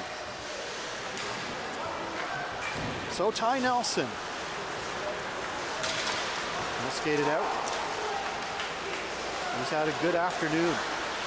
Worked around Arnsby. Back far side, Petrov. Up to the line for Nelson. He certainly is going to be the trigger man on the power play for these Battalion. And he'll creep in on that right side. Fed in front, and Jackson couldn't find the handle on it. Had to send it back to Petrov, and that just gave Owen Sound just enough time to get in there and defend. That was a nifty looking pass to Jackson. He just couldn't find the handle on that one. Jackson, who's going to be one of the older players on the Battalion this year, drafted back in 2018 in the 3rd round. Seems so long ago, doesn't it? It seems like a really long time ago. Like Mitchell Russell, who's going to scratch for the Battalion, used to play in Owen Sound and was a first rounder. He's an overager this year. That's crazy. Like he was here for a year and then got dealt there. Yep. Yeah, time ticks along, especially when you don't play hockey. Here's Outwater, swings it in. Chaff will get there first for Owen Sound. Cut off on the far side by Alex Christopoulos. Setting things up, back to Winslow. Over to Paul Christopoulos. Couldn't handle it, he'll get the puck back. Down low, Outwater. Tied up nicely there by Jordan. Owen Sound, yeoman's work here to work the puck to the line, but not out, as Winslow is able to maintain possession. Here's Paul Christopoulos. Finally, Owen Sound finds the handle on it. Thomas Chaff will able to clear it down the ice. Just a handful of seconds left on this man advantage. 3:29 left in the second period. Owen Sound 2, North Bay 1. Here's Winslow. Fed across.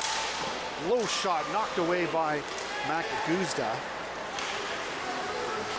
And Burrows back the other way. Over to Sedley. Low shot kicked away through traffic by DiVincenzo's. Good save. And he has looked rock solid with the North Bay net. Dovro. Poked out by Winslow. And Steen will hustle back for Owen Sound. Floating puck there. Burrows couldn't settle it down, and Stevens will regroup for the Battalion. Lucan tied up there by Fantino. Fantino's got to be careful there. I got no idea how that wasn't called for a hook for about 6 seconds there. Sedley ties his man up, back to the point. Stevens shoveled in, but right to an Owen Sound stick. But Lucan is able to maintain possession in the Owen Sound zone. Owen Sound playing with fire here, not clearing the puck. Had a couple opportunities to do so. And now they finally will. Fantino chips it in as he took a check. Starting to like this Fantino's game a lot. Every time he knows he's going to get checked, he likes to stand up and he likes to give it back to you. It looks like he has some grit. He's done it to Nelson in the first period. He made it look like he didn't know the body check was coming there and gave it back to his man. Here's Bonauto with Petrovsky, and nice block by Nelson to get a piece of that one. Oki Tundu trying to out-muscle Van Steensel as Nelson's back behind his net. Around, Van Steensel drops, but right to an Owen Sound stick as Jordan will take over. Rink wide, fed in, Bonauto, wrist shot over top of the net. Got some mustard on that one. And he can fire the puck. Jordan back across. Ewens chipped in. Goaltender takes no chances to get it out into the center ice area. Last minute of play. Overall. Right to Petrov at the center ice area. Rink wide, Sema. Fed across. Wakely didn't take it. Petrov did. Cleared in. That is Mathurin. Schaff trying to take the puck away there, couldn't do so. Mathurin. And Petrov in there, tied up by Andrew Perret. As Paul Christopoulos glances that one by.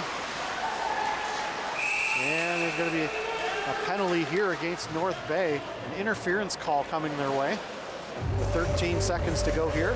But let's send it downstairs to Zach. Zach? Thank you, Steve, and stick around for the final 13 seconds. Fans will be joined by Owen Sound forward Ethan Burrows, as well as a preseason edition of Game Notes. Up to you, Steve. Thanks very much, Zach, and a shout out to Zach on the style and the bow tie. I'm loving that fashion statement this afternoon. He's in mid-season form, obviously. I don't know if I'm as big of a fan. Oh, wow, come on. But I can see him smiling from down there. That's all that matters. Sedley across. That was mishandled there by Barlow. Loose puck at the side of the goal. Clamping down is DiVincentis with just 4.76 seconds to go. And penalty, a tough break for the Battalion. Owen Sound hasn't got the puck out. You mentioned it a couple of times. They should have got it out and headed, and it looked like finally North Bay was going to capitalize on that. They had a man walking in from the blue line, and all of a sudden the whistle, and they're getting called for a penalty. Well, I think the Owen Sound attack will have a discussion in the second intermission about some of those teachable moments, I would call them. And as this period comes to an end, I noticed it late in this period. I noticed it late in the first period as well. The ice is getting really, really choppy within the last couple of minutes, and you see multiple guys trying to make that little flip they'd normally make to get it out into the air, and it's just not going anywhere. It's rolling over their stick. So although that sucks that it's like that, you got to notice that's happening and stop trying to make that same play. Yeah, you have to make that adjustment mid-game to know you're not going to get away with that pass any longer. So just one goal in the second frame. Julian Fantino on a nifty-looking play, and he has his Owen Sound attack in the lead, 2-1. At the end of 2, you're watching Owen Sound Attack Hockey on Rogers TV.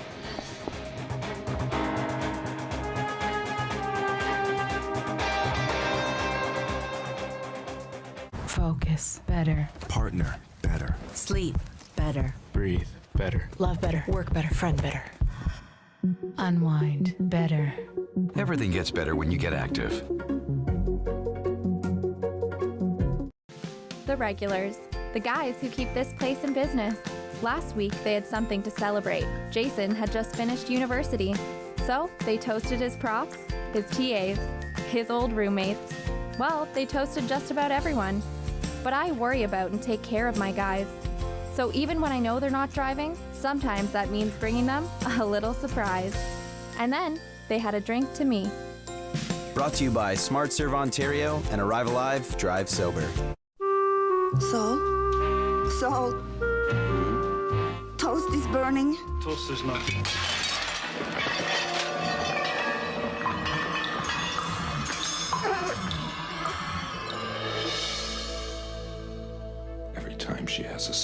She smells something burning. Now, if we can provoke that smell by probing the surface of the brain, we'll find the source of the seizures. Mrs. Gold, do you feel anything? I can see the most wonderful lights. And now what do you feel? Did you pour cold water on my hand, Dr. Penfield? Now what? Oh, What is it, Mrs. Gold? burnt toast. Dr. Penfield, I can smell burnt toast. Dr. Wilder Penfield. He cured my seizures and hundreds more. They say he drew the roadmap of the human brain. We just called him the greatest Canadian alive.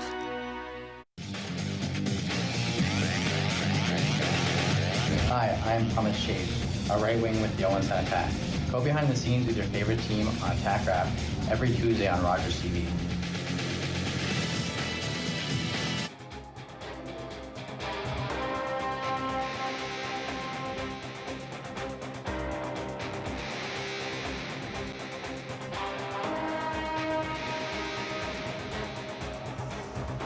Welcome back, fans, into the Harry Lumley Bayshore as the Owen Sound Attack lead the North Bay Battalion 2-1.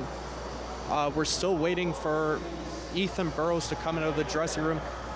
We'll throw it up to you, Steve, maybe with a thought of the second period while we wait for Ethan Burrows.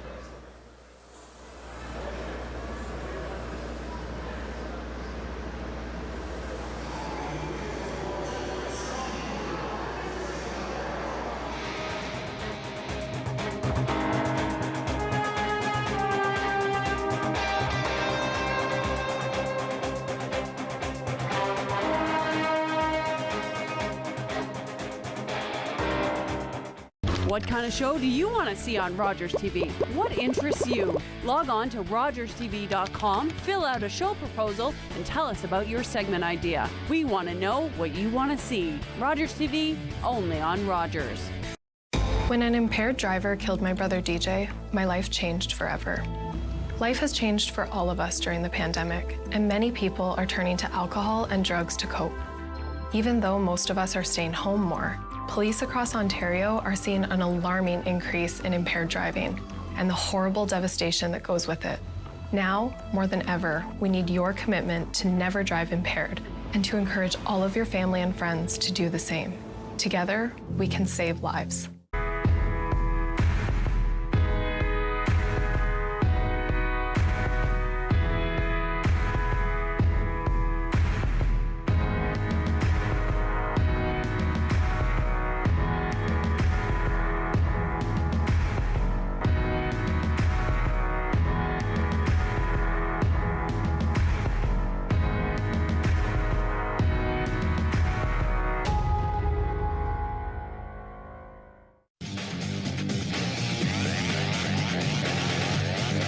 I'm Cal Ewens, defenseman with the Owen Sound Attack.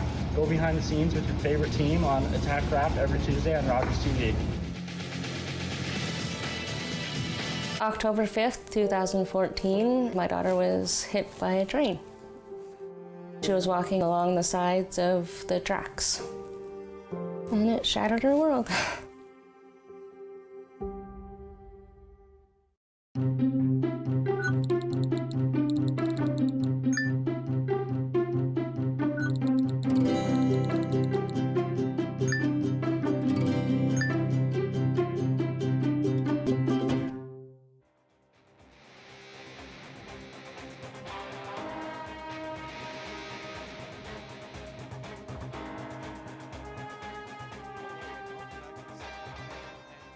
Preseason edition segment of Game Notes. We're here with Steve Fitzsimmons and John Morris. And guys, the first question I pose to you guys is, who do you think the Attack's leading scorer will be in the regular season? You know, that's a very interesting question, and it's a year and a half in the making, John. But, you know, one of the guys that I think is going to step up large for the Owen Sound Attack, I don't know if he'll lead the team in scoring. I like Denny Gore. I think he has a ton of skill. I think he's a guy that's going to take a massive step forward. Will he lead the team? I'm not sure, but I think he's going to take a huge step forward. Yeah, for me, I would go with Ethan Burrows, and you look at the Philadelphia Flyers prospect camp that he was at, and they ended up signing J.R. Avon to an entry-level contract after he was not drafted in the NHL draft. Obviously, Ethan Burrows was there as well, and Obviously, I haven't had anyone say anything to me, but it kind of has that feel that it was going to be one of those two guys or maybe one other player in that mix that they were going to give a contract to. And he stayed there for quite a while, so I figured that he must have made a pretty good impression. And I also look at what he did 2 years ago. You know, he did get injured halfway through the year, but he was getting the opportunities higher up in the lineup than Denny Gore was at that time. Obviously, that was under head coach Alan Letang.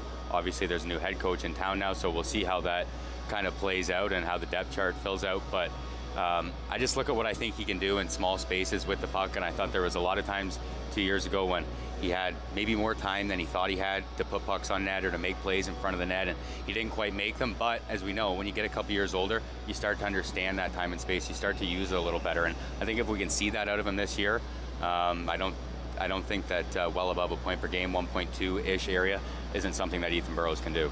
And for the 2021-22 season, the Owen Sound Attack schedule will be based on Western Conference teams only, with the exception of the Barrie Colts. And I want to get your guys' take on that and whether this schedule will potentially reignite some rivalries with some close division rivals. Well, there's certainly a lot of good rivalries to begin with, of course, in that mix. Do you want to see London Knights a bunch more times? Guelph, No. Kitchener? Yeah. I think there's mixed feelings about that, whether that's good or bad.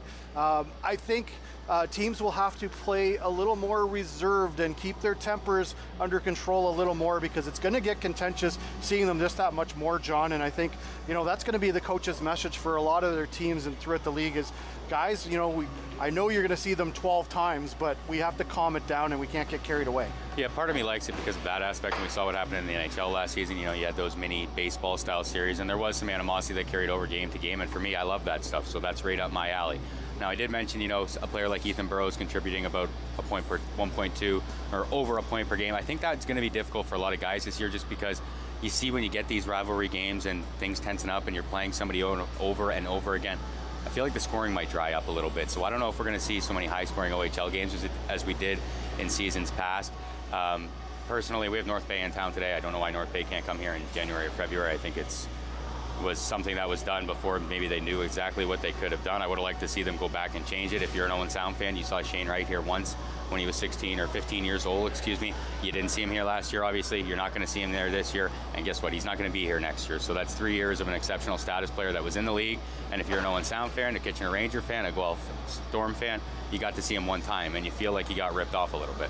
You know what? That's a great point. I think, as you said, John, this decision was made on this schedule a dramatic amount of time ago, and they had to deal with the conditions at that time. And I think if you had if you were able to write that schedule today, you'd do it a little bit differently.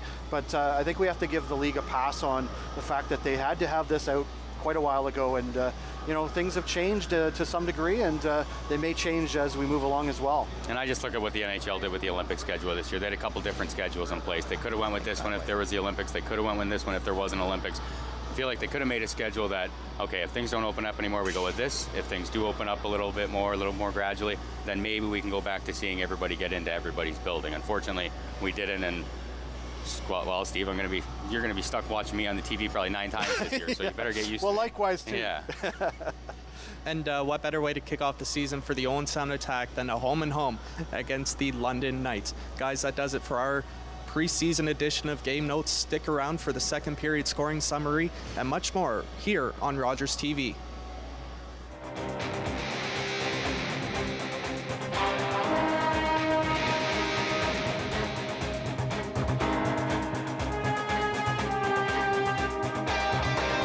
Every year, dozens of Canadians are killed or seriously injured because they take risks around railway tracks. Talk to your loved ones about rail safety. Visit stoptracktragedies.ca. Everybody knows not to drink and drive, but some people still think it's okay to take drugs and drive. Police have the authority, the ability, and the tools to determine if drivers are impaired by legal or illegal drugs. And because drug-impaired drivers can pose just as great a risk as drunk drivers, they face the same penalties, like the loss of their driver's license, a criminal record, fines, and more. A message from the RCMP, the Canadian Association of Chiefs of Police, and Arrive Alive, Drive Sober.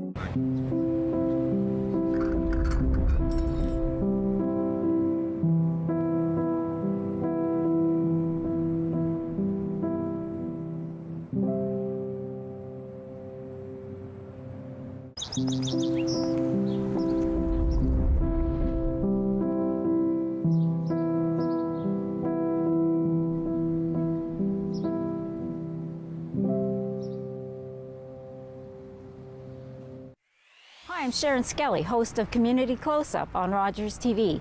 Join me as I interview guests from groups such as healthcare, social services, the arts, sports and recreation, and education. These people make Owen Sound an area the great place that it is to live, work, and play. So remember to join us here on Rogers TV, Grey County. And remember, it's your community, so take part.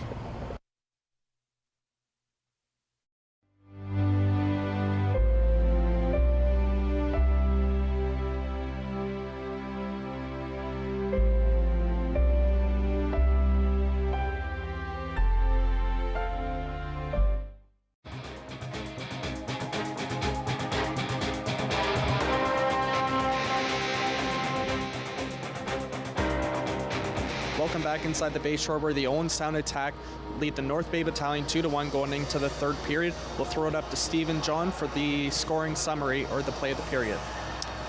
Well, as it turns out, they're pretty much the same thing, John. There was only the one goal in that period, and Julian Fantino, a nifty-looking play, certainly looks like a player that's going to contribute to this club. Yeah, it was, and some nice power play work to move the puck around and eventually find Fantino on the far side. And it all started with this keep him by Parrott. He moves it over to the far side. We saw Petrovsky rip a one-timer just before that. I thought he was going to load up another one. A nice kick save there, and for DiVincenzo's, not much he can do about that. Not at all, and that's the second preseason goal, and we'll take a look at the scoring summary. And there it is, Fantino from Petrovsky and Parrott, as John had mentioned. 17-9, the shots favoring the Owen Sound Attack. 28-17 overall. They've had the better chances in this game, I think. Yeah, the first period we talked about it, how evenly played it was, and then as the second period started, Owen Sound started to pour it on a little bit more, and you were kind of just waiting for the Battalion to bite back and have that pushback shift or a couple of minute stretch where they spent time deep in Owen Sound zone, and it never really came. And Owen Sound had some troubles moving the puck out of their zone. We mentioned it a couple of times, and they finally get an opportunity to take advantage of a turnover, and then they get a penalty late in the period that they're still going to have some time on here as we go into the third. Well, and you mentioned, too, the ice condition playing into some of those late non-plays. Yeah, Owen Sound really struggled with they want to make that play. You see it all the time now. Instead of going high and hard off the glass, you just flip it straight in the air, land it out at center ice somewhere, and they tried that 3-4 times and just didn't get any wood on it. So we'll see late in this period if they try to do that again or if they make an adjustment. We'll take a break. We'll be back with third period action right after this. You're watching Owen Sound Attack Hockey on Rogers TV.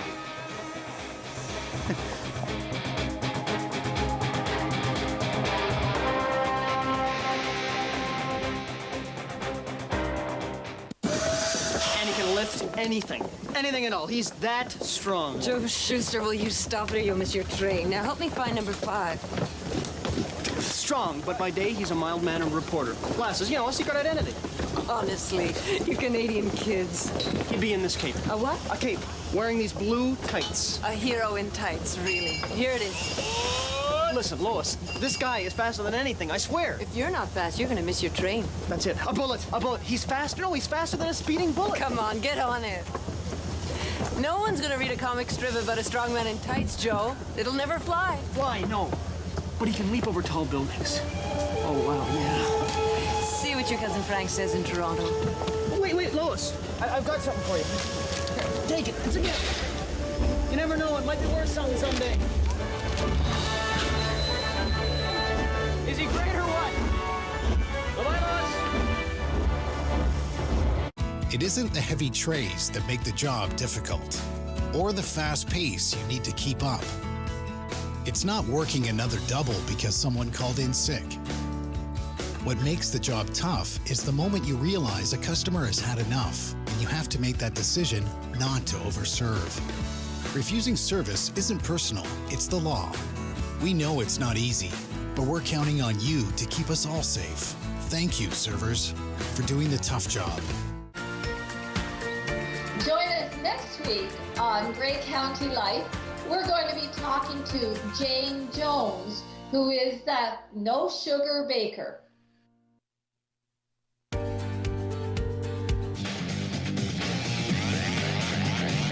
Hi, I'm Gavin Bryant, centerman with the Owen Sound Attack. Catch great OHL action on Rogers TV as we bring you Owen Sound Attack games live, both home and away.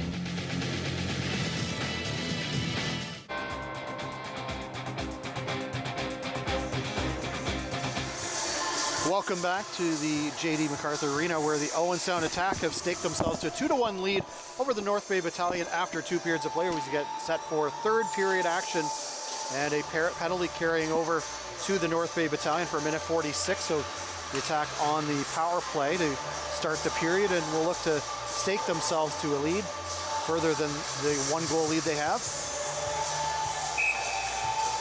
It's always interesting to see how the ice time gets split up, especially on the power plays in the preseason. Are you going to try to get something going with your top guys who are going to see those minutes in the regular season, or try to get some of these young guys to look and see what they can do with some offensive chances? Owen Sound going with more of the younger approach here. Well, it's a balancing act, and they're going to make the call, and they decided to give the young guys a chance here. Fantino for Chaff, rink wide, putting on the brakes, leaving it there for Petrovsky as he's tied up by Govro. And that'll be rolled down deep as Paul Christopoulos races after. And that is winged right into the bench area of North Bay Battalion by the defender for the battalion. Doesn't look like anybody's any worse for wear on the bench. That puck was moving as it came along the boards. They certainly were scrambling to get out of the way in a hurry. It was about belt high for the coaches, which is really scary, and it was about face height for the players sitting on the bench, which is equally as scary. Yep. So a minute 13 remains on the power play as Fantino has it for Owen Sound. Poke down low for Bonauto, and that's picked off and cleared by Curry as Andrew Parrott will come back.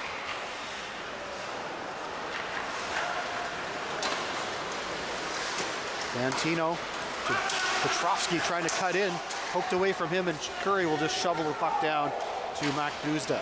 Couple nice plays by Curry on the penalty kill. The first time he stops it, takes a couple of seconds to shoot it down the ice, and a nice play there with the stick to get in the lane. There's Gwindon rifling it around to the far side, and right to Mr. Nelson, who will send it down the ice. Rink wide pass by Gwindon. Again, Nelson is there. Jackson now with Curry, putting on the brakes. Jackson, nice stick handling work. Got a wrist shot over top of the net. And Jackson putting on a clinic of stick handling out there. Here's Curry shoveling it in on the backhand. He'll head off. Good shift for him on the PK. Sam Sedley. Worked across to Gwindon. Far side, glances off the skate of Gavin Bryant. That is Burrows trying to dig it out there in the corner against Winslow. And he will. And he got it on net, but no problem for DeVincentis, who was in a good spot. There is a look at Ethan Burrows, who we were supposed to have as an interview in the second intermission. I don't know if there was a miscommunication, or maybe he had some other things going on, but that's okay. We'll get him at some point this year. Of course, that was my pick during game notes to lead the Attack in scoring this year, which I want to mention I picked before he scored in the first period tonight. I already had it planned out. I can vouch for that. We taped that before the game, so John is correct at that. Lesage. You know, one of the reasons I mentioned in game notes was, you know, he looks like this year a little older. He's maybe a little more patient in front of the net. I don't know if that was patience on the goal, but he found the back of the net. Uto just got rocked at center ice on a heavy hit from Lucan, and Sema both collided with him. And here is Ewens trying to drop it. Has it taken away from him, and a hard hit as now Lucan is lit up in the corner. As the body checks are being flung left and right here all of a sudden. There's Petrov offside at the blue line. Just made an extra dangle there. Bonauto and Avery Winslow having some words as they make their way to their respective benches. Winslow was brought in at the deadline and during the last season from the London Knights, and here's the, you know, Bonauto as he sees it coming, tries to protect himself from Lucan, but it's a little too little and a little too late. He kind of just has to absorb it. Govro getting back there just ahead of Jordan. He'll poke it out down the ice. As Fantino eludes a check and got it back in. Knocked out by Govro as Steen at center ice will fire it in hard. DiVincenzo's around on the wall. Owen Sound on the puck. And finally it squirts its way to Govro, who gets it out. Here comes Owen Sound again. It's Barlow chipping across to Jordan left side. Low shot, and that just misses the mark on the near post. Guadalupe, and they're whistled offside by a step with 3 and change gone here in the third period. It continues to be a 2-1 Owen Sound lead. It always seems to be like that, Steve. You get one big hit and all of a sudden both benches get into a little bit more, and now somebody wants to get a lick back, and back and forth it goes. I would imagine it'll probably slow down here, as both these teams would probably like to just get through this game with everything feeling good going into the regular season, but definitely picked up here in the third. Yeah, there's certainly some intensity to it. Owen Sound on the puck. It's skated out by Petrovsky. And Steensel right back in. Whips it around looking for Wakely. He's tied up by Parrott over on that far side. Back to the line, Nelson. Good shot there as he secured that. And now the attacker away, it's Ethan Burrows. Onuito tried to get it in, couldn't. Right back in by North Bay. Approaching the 5-minute mark of this third period as Sedley hustles into the corner to get it. Far side for Okitundu. Petrovsky backhands, he'll head off as the attack changing. Nelson for Mathurin. Mathurin quickly in. Rattles one over for Curry, tried to shovel it down low, but Nelson on the point. Took that shot, but it was blocked. Okitundu, Bryant, worked around now for Sedley. Owen Sound trying to get it out, and they will. Here's Bryant. Right back in is Alex Christopoulos. Gives to Arnsby, trying to find a lane. He's got it. Shot it up high, and Guzda may have got a small piece of that to deflect it. Hard to tell. It'll be interesting to see, Steve, the later we go into this game, you know, how much, who gets relied on for Owen Sound to try to shut down the 1-goal lead, and do they go to the veterans or do they give the young guys that opportunity? As we see Arnsby's shot get punched up over the glass by Guzda. It's one thing Guzda's always been really, really good at, is the rebound control. Whether he's kicking them towards the corners or knows he's going to punch them up into the mesh, it's always been one of his strong suits. Well, and you have to think he's a top 5 OHL goalie this year with his experience, and coming into this year, will be expected to deliver for these Owen Sound attack. Didn't have a great regular season in the last year, but he played a lot better in the playoffs and a lot more like we had come accustomed to seeing. Barlow tied up with Winslow on the far side. As Winslow will chip it ahead low to the reach of Jackson, but past Parrott. And Jackson going to try to outrace Parrott as they joust for it. And Parrott will win the battle. Ewens. Tarantino skating it out. North Bay will reset. Out for Petrov. Big wide Jackson. Right to left. Across Sema. Glances off his stick. As Ewens will challenge him for the puck. Chipped ahead, Julian Fantino. He's got a goal in this game as he'll dump it in as he wants to make a change, and he will. 6.5 left, gone here in this third period. 2-1. Owen Sound leading. Boniuto for Burrows. There's a shot. Close call there. A decent opportunity for the attack. Rink wide for Paul Christopoulos.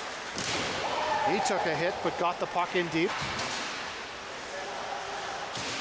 As the hits are picking up here in this third period.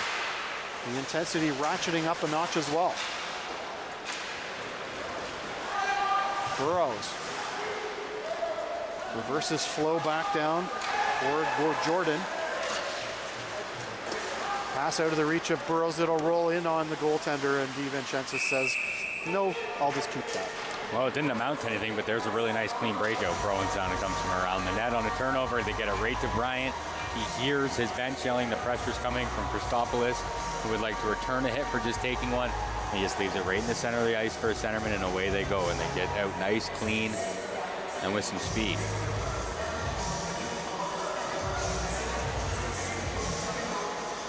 You always talk about teams' counterattacks. Well, it isn't always just turnovers at the top. It can be right from behind your own net, and all of a sudden you're coming the other way with some pace and numbers, and that's where you can put teams in trouble. Absolutely. Face off deep in North Bay territory. 7:22 gone here in this third period. Continues to be Owen Sound 2, North Bay 1. Entertaining hockey game this afternoon. Glad you're along with us.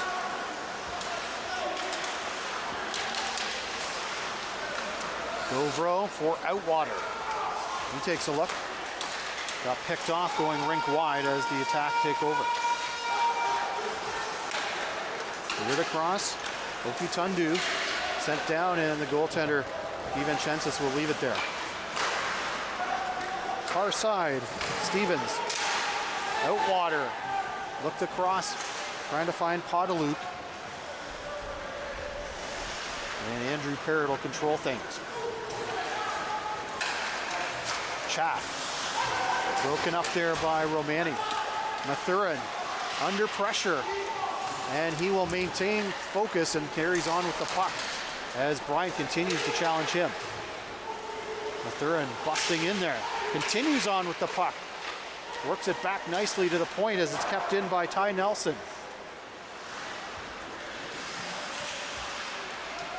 Four players converge. There's Nelson drifting one towards the net. No problem for Guzda with good focus to maintain his look at that one.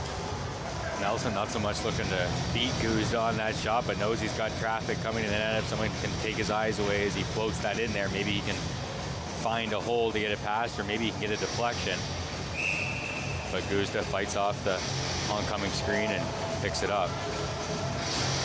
You know, I don't want to be a broken record, but the poise that young Ty Nelson is showing in my first look at him this afternoon, he's pretty much everything we heard he was going to be. And it's my first time seeing him too, and he's the people who spoke so highly of him were not lying to us. Yeah, he has tremendous poise and presence out there. There's a chance in front, scores. Wakely banging at home, and they're waving it off immediately there. No goal. You see the official. I'm not sure this ever got past Matt Guzda. It was a quick play in front, bang, bang, shot on net. I think it goes right into his midsection. And Wakely maybe just a little too eager to celebrate as we see him come, turn, rotate. Does a great job to open his hip to get to the puck. And right between the legs of Guzda, but yeah, no signs it ever crossed the goal line. Great call by the official, who was right on the spot there. Now, typically that pass in front, there is a spot between the 5-hole to put it, so Wakely probably thought he just hit it and the arms went up, but good job there, our top camera. For sure. Overhead, that's the word I'm looking for, overhead camera. There's Jordan back for Owen Sound. Fantino. He'll regroup in his zone. Now skates it out. On the right side, Corey Ewens. Go look across. Tried to feed it through for Gwindon. His low shot, noose puck in the slot. Tried to jam away and it scores! Julian Fantino, his second of the game to make it 3-1.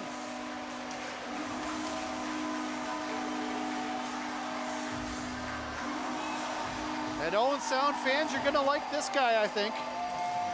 That's a really tough play for Arnsey. He does the right job, the right thing. He tries to throw the hit in the neutral zone. He gets back into the play.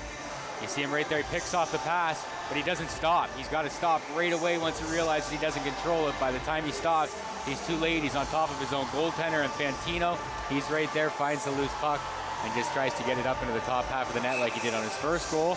And there, well, that'll give him a pair. Well, you mentioned Owen Sound is going to have to score guy committee. I think that guy's going to be on the committee. I think he might just have got a post on it there, Steve. Yeah. His third of the preseason and 5th point. And here's Steenback for Owen Sound. Under pressure from Jackson.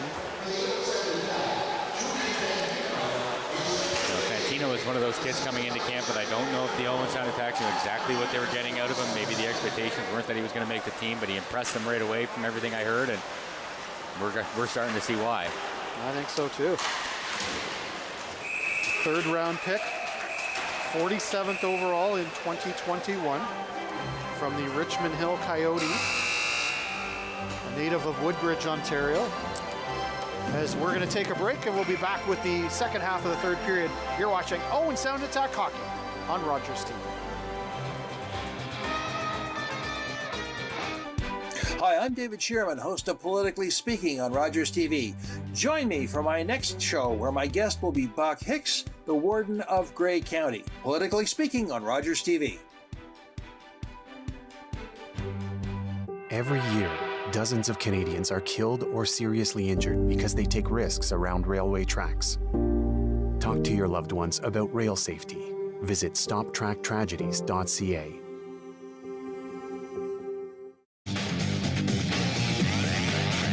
Hi, I'm Colby Barlow. I'm a right winger with the Owen Sound Attack. Get great OHL action on Rogers TV as we bring you Owen Sound Attack games live, both home and away.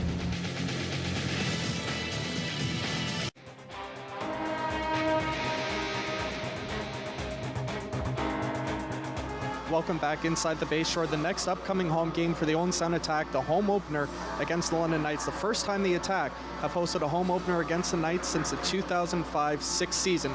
Back up to you, Steve and John. Hey, why not start with the London Knights? Why not start with a home and home? Yeah. What the heck? Lots of fun right off the go. Busy month for Owen Sound in October, especially here at the Bayshore. 6 home games, regular season, not including tonight, in October. Yeah, it really ratchets it up in a quick order here. So fans, get your tickets and of course enjoy the action if you can't make it right here on Rogers TV. They'll have you covered. Parrott around there. That's worked out for Bonauto. Fired in as goaltender out to play it. Out on the breakout, that's Jackson. Or Petrov swinging through. Took the shot to no avail there. Rolled back over, looking on the far. And that's broken up and cleared. Mathurin back in.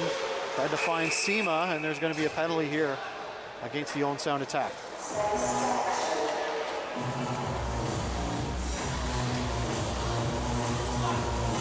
Going to be for slashing. Julian Fantino. He's got 2 of the 3 Owen Sound goals, and now he's got a penalty.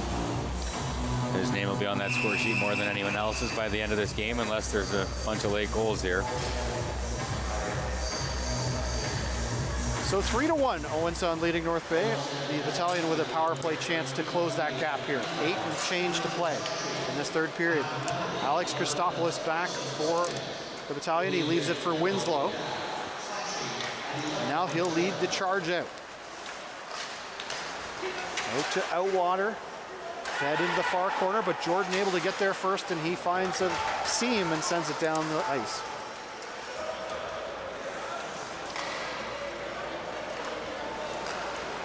Avery Winslow, good speed, hustles ahead, right into the zone with it. And Owen Sound greets him and sends it right back out. Bonauto pressuring there. Wakely forces him back.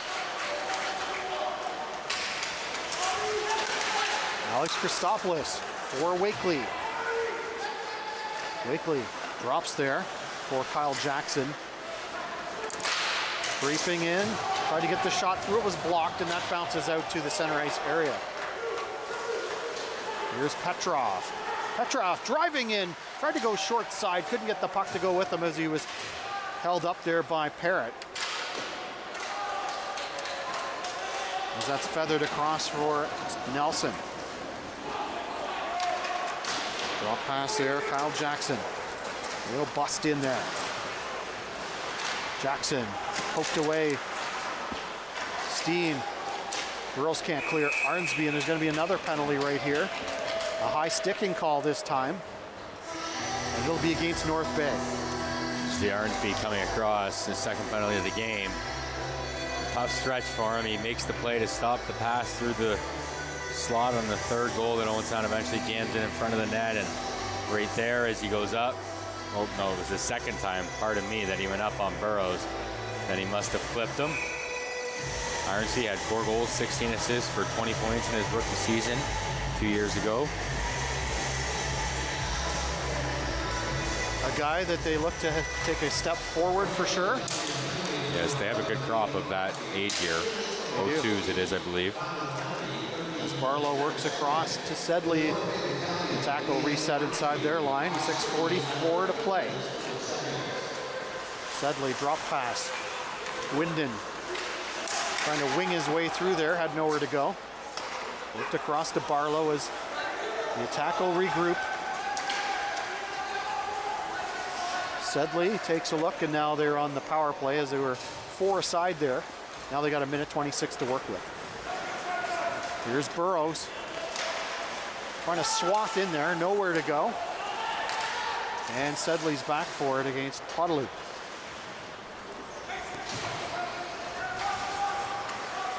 Head to Gwyndon. Far side, Burrows pokes it ahead. And that'll be sent down the ice by North Bay. Under 6 minutes to play here in this third period. Owen Sound looking comfortable in the lead, 3-1. DiVincentis plays it around. Burrows keeping it in for Owen Sound. Bouncing puck, rolls to Barlow. Looks across for Bryant. He'll cycle back down to Sedley on the point. And that's picked off by Wakely. He'll dump it in. He's been efficient on the penalty kill this afternoon, Wakely. And McCurry have both had a couple of shifts where they made 2 or 3 nice plays to break up passes, and haven't seen either of them take a rush yet, but just keeping it simple, getting it down the ice and getting off. Lucan. Long lead pass. As Gusta will play it into the around on the wall. Here's Chaff. Quickly to Fantino. And they're offside. They'll have to get back on side, and Curry will shovel it through the middle. But Fantino is able to retrieve it. Gusta out to help out. Some miscommunication there from the D. And here's Parrott. Juana Uto. Pretty quick whistle there as the goaltender elected to dump it out. But in any event, there'll be a face-off deep in North Bay territory. And saw Bonayuto try to go for that flip there as he dumped it in, and it just rolled off his stick right on net. So it's about this much time left in the period that it starts to get chewed up out there. Really nice day in Owen Sound today, probably 23 degrees out there, Steve, so that's not going to help the ice No, it for a certainly full isn't. 20. No, It's not going to make a huge difference, but it's going to make a little difference. Yep, like you say, the last 5 minutes, you're going to have to watch those things. And we've seen it in those first 2 periods. Here's Nelson. Lead pass, Petrov. Drop pass, Nelson jumping into the rush as he hustles in there. Nice move. Coming across was Gusta to close the door on a nifty rush like Nelson, who shows you some of that skill he has. Parrott. Here comes the Owen Sound attack on the breakout. And Burrows just got taken in there by Nelson with an elbow. And nothing's going to come of that. I think if Burrows doesn't try to sell that call, he might get that call, but he goes down a little easy and the refs don't give it to him. Here's a look at that play by Nelson as Fakes like he's going to pass. I thought he was going to go to the backhand and pass it all the whole way, but he goes to the backhand and tries to slip it 5 as he got in a little tighter. He fooled a lot of people, but not Matt Gusta. No. I guess that's why we're up here and not down there. I didn't like the most comfortable saving it, but he got down in time. Yeah, for sure. Worked around. That's Steen. Fantino trying to help out. Kept in there by the Battalion as they apply some pressure. Podoluk, Christopoulos Here they come, it's Fantino. Fed in front, and that was just sent wide. A close call there. As Sergak Petrovsky almost converted there. Good little give and go. Got to shoot that there, Steve. You got 2 goals already tonight. I know. Preseason. You'd you wonder, just got to eh? let it fly. Yeah, you maybe should. Great dish, though. Finds a way to get it through a small little area there, just under the stick as the defenseman went down. And a battle in front. Some good back pressure there by the Battalion forward.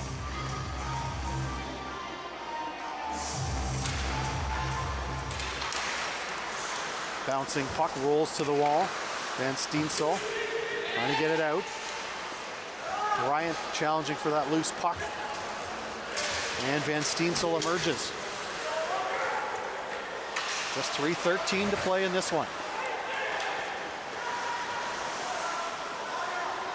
Attack.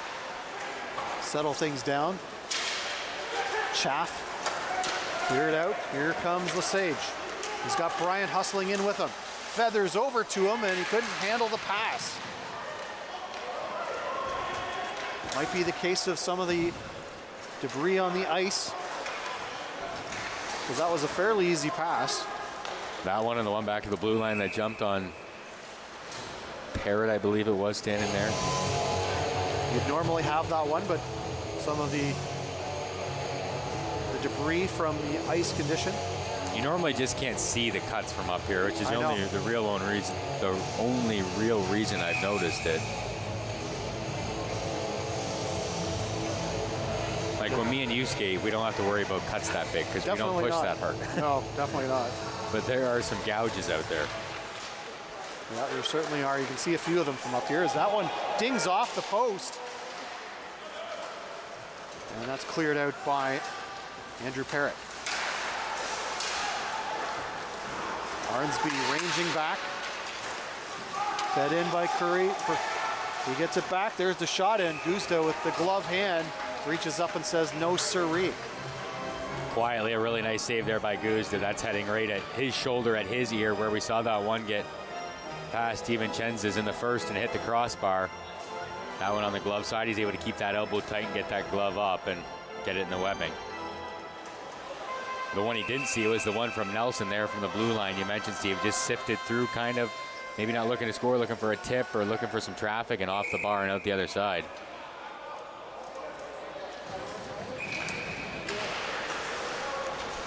Nelson works across Winslow, a low shot, and Guzda in perfect position to retrieve that with the glove. A very workmanlike effort this afternoon for Mac Guzda, who's looked rock solid. And really, Dom DiVincenzo has as well on the other side. Guzda, I believe this is just his second start.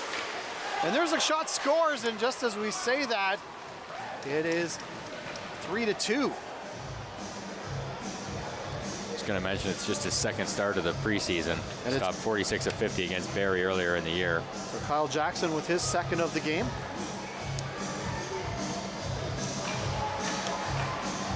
Did I jinx that or what? There's that thing we were talking about where we were talking about something, it then happens. Yeah. I think we mentioned it with Barlow earlier. Well, this time it goes against the attack. As I think that gets to him on the blocker side there. Yes, indeed. Almost a changeup. I don't think that came in quite as fast as he thought it was going to, and it just slipped by him. Yeah, different velocity maybe. So we have a 3-2 game with 2 minutes to go here with the attack leading. Fed out to the point, Andrew Parrott. Fans on it, gets it back. Wings it around, far side for Fantino. Fed in front, scores! Petrovsky, what a bullet to make it 4-2.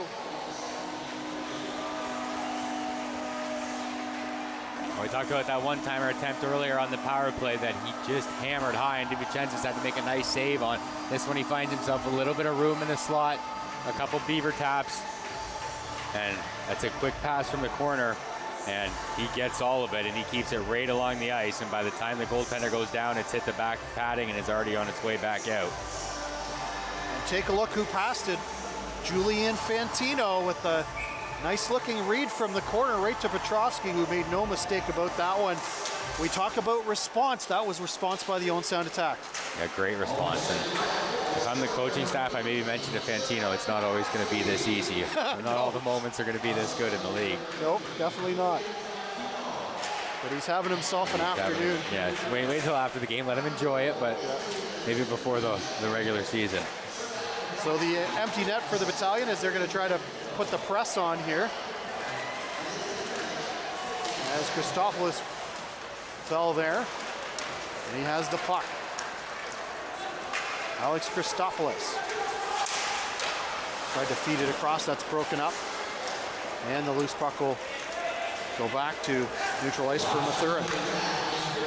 Here's Paul Christopoulos for Jackson now.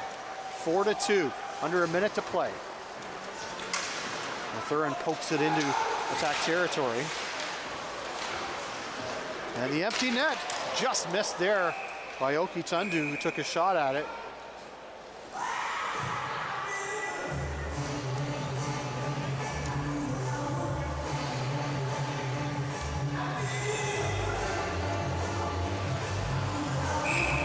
Tundu trying for the empty net there, which with a 2-goal lead, no issues with that. If there's only a 1-goal lead, maybe that's not the right play. No. But no. With a 2-goal lead, a defenseman, sure, why not? I think you take your shot to try to find a goal there. Yep. So North Bay's called a timeout here to discuss what they'd like to do. Thought he had a foot on the blue line when he took that shot, but I don't believe the officials were going to let them change. But as Okatundu was headed off, but it looks like he's going to have to stay out. But with the timeout, should allow them to make that change now. Right.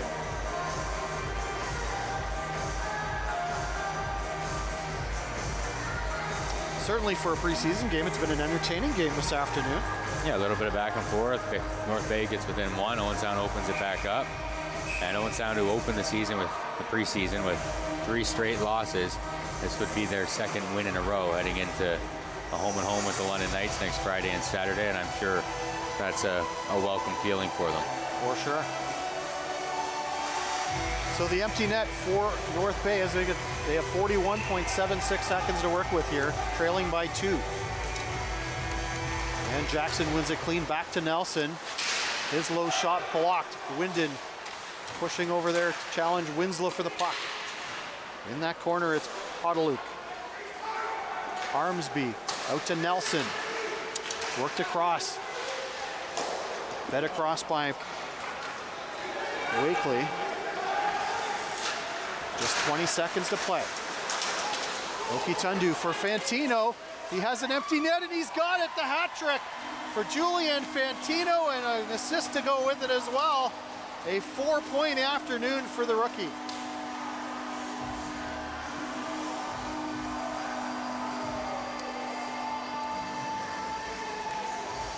And that young man has had himself an afternoon. Well, that's preseason or not, that's got to feel good. And there's some hard work from Okatundu, who didn't get the goal, but when he tried earlier, but he takes a cross check there, gets the puck up the ice, and eventually it finds its way into the back of the net. Well, and Okatundu, that'll get him his first OHL point in the preseason anyway. So that'll feel good. As the rookies come through this afternoon in a big way for these Owen Sound Attack as they skate away with a 5-2 home ice victory for their 2nd in a row, and they'll end the preseason 2-3 with a very solid effort this afternoon. Their 2nd game versus North Bay in the preseason. They lost the first one 4-2. And looked like they were going to win this one 4-2. It ends 5-2 as Fantino gets his 3rd of the game with about 6 seconds left. And for Owen Sound to get a couple of wins to end the preseason, build on that chemistry, have some nice performances from individuals. You got to feel a lot better going into the regular season after 5 preseason games than if they only had 3. Without a doubt, and they've ended with a flourish, a couple of wins to get back to 2-3 and feel good heading into the OHL regular season next week. And certainly goes without saying, a standout performance by Julian Fantino, 3 goals and a helper as well to stake his attack to this win. Yep, every year when kids show up from the draft for the first time, you never really know exactly when you're going to get. You pretty much know your first rounder is going to be on the team, and after that, you never really know. So to come in right in as a third-year player when there's 2 draft classes coming in trying to make the team for the first time, and it's awfully tough. It's awfully tough, and he's going to find himself a spot here, and how big of a spot it is yet to be seen, but it'll be a spot nonetheless. Without question. So we'll take a break and we'll come back with more. The Owen Sound Attack, a 5-2 victory over the North Bay Battalion. You're watching Owen Sound Attack hockey on Rogers TV.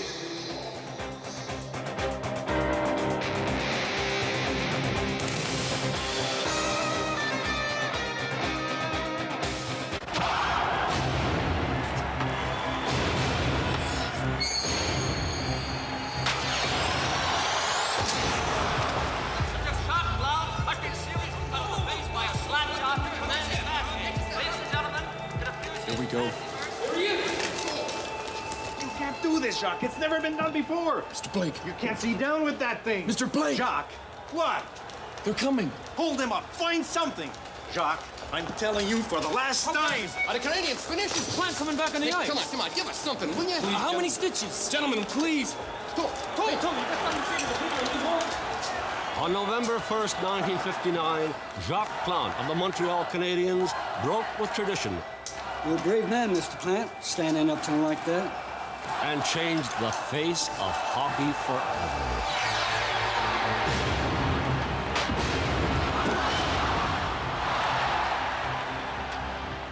It was my daughter's birthday.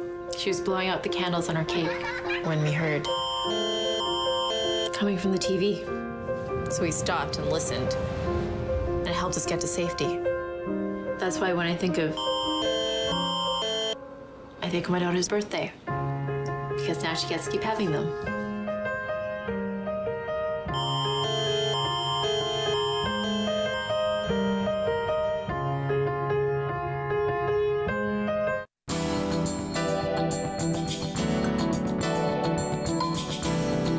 Ever wanted to work on your balance, but you're not sure how to start?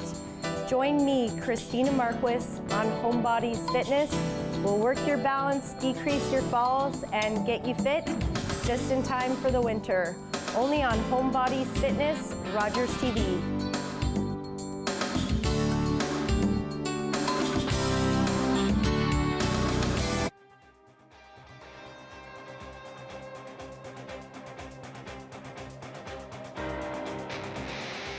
We're joined by Ethan Burrows, fresh off Philadelphia Flyers rookie camp.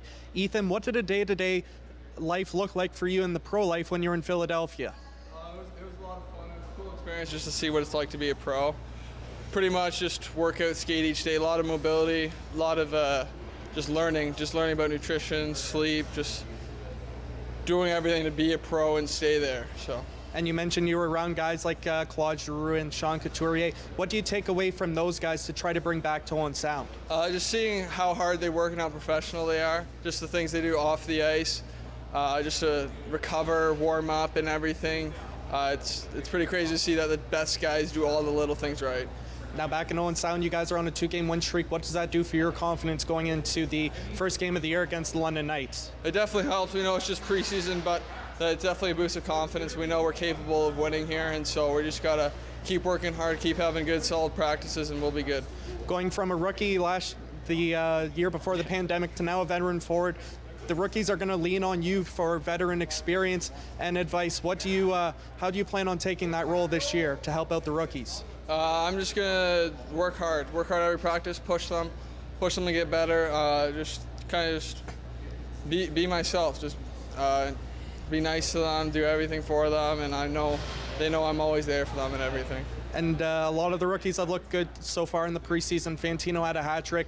Gaindo and Barlow have looked good as well. What were your first impressions when you seen the rookies on the ice? Oh, they're awesome. They're so skilled. It's crazy, especially just being so young, and they're just awesome. They work hard.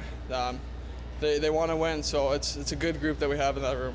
Thank you, Ethan. Welcome back to Owen Sound, and good luck Friday night against the London Knights. Thank you. Guys, with the 5-2 final for the Owen Sound Attack against the North Bay Battalion, we'll throw it up to John and Steve. Thank you very much, Zach. And I think I mentioned earlier, Julian Fantino, a third-round pick. He's actually an eighth-round pick, 150th overall. So shout out to the Attack scouting staff. They look like they found a good one there. Back in 2020, pardon me. The sheets we got are written a little close together. And there's about 15 rows of information, so keeping it straight has been a little difficult, and it's the preseason for us too. We're getting used to it. You're doing a team you don't normally do. Well, Maybe you should have picked up on that earlier. But anyways, an eighth-rounder 2 years ago, and a really, really good performance here tonight. Yeah, we saw some good performances from a lot of the rookie players that bodes well for the Owen Sound Attack, I think, tonight. Yeah, whether it's Fantino, you're going to have Barlow's going to be a big part. Gwendolyn's going to be a big part. Brian has the potential to play a big part, and then as Ethan Burrows just mentioned, the one thing that he's been most impressed with as they've all came in is the skill. And the older guys that were here when Burrows was a young guy would probably say the same thing about him. And that's the one thing that you notice about the game is every year when the new crop of kids come in, it's unbelievable what the talent and the skill is like. So once things get a little more crisper, there's a little more cohesion to the team, I think you're going to see it. Well, in North Bay, they made a solid impression this afternoon as well. Certainly Ty Nelson impressed in our first look at him. Yeah, and you look at their group of 04s and 03s, and that's where and 05s and Nelson. It's scary good. Or 04 and Nelson, but 05s as well from the last draft, and it's really good. You've got the Christopoulos brothers, you've got Petrov, you've got Nelson, you've got Wakely in there, who I thought was really good tonight. I thought he had some really good bite in the first probably period and a half. I thought he kind of teetered off towards the end of the game, but if he can put a stretch of games together, he plays like he did in the first 30, 35 minutes of this game, he's going to play a big part on that team as well. With the Owen Sound Attack, certainly you can see the strength from the back end and in goal as well, showing itself this afternoon. Yeah, and that's the good thing about the back end and having the veterans is they're not just guys who have played a lot of games, but they're big guys, and they're a pain in the butt to play against. Andrew Parrott, he's big. Cheberkov, although he got beat on the first goal, he's a big guy. When Woolley gets back in the lineup, he's going to do some damage this year throwing his weight around. Let's send it back downstairs to Zach.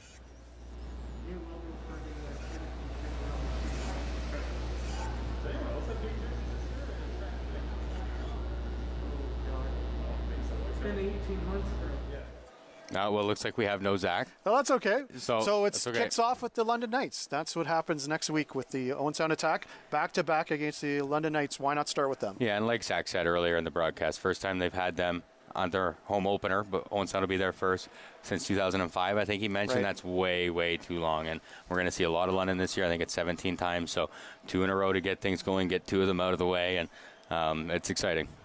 The final score this afternoon, the Owen Sound Attack victorious 5-2 over the North Bay Battalion. Enjoy your afternoon, and we will see you next week right here on Rogers TV.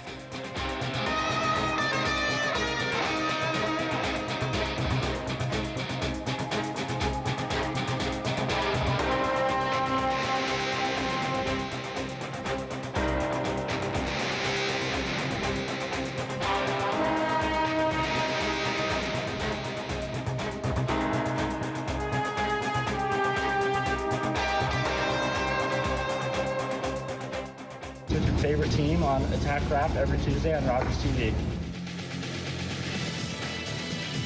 It was our 35th anniversary. To celebrate, we were on our way to Mama Rosie's, where we had our first date. That's when we heard coming from the radio. So we stopped and listened. It helped us get to safety. So when I think of our anniversary, because now we have even more to celebrate.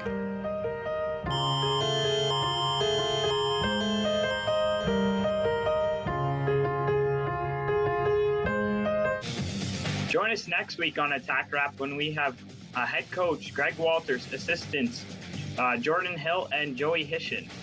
Learn more about the new bench boss in town for this season, and we're going to go over the season preview and talk about some new faces that you'll see on the ice all year in Owen Sound. Attack Wrap, here on Rogers TV.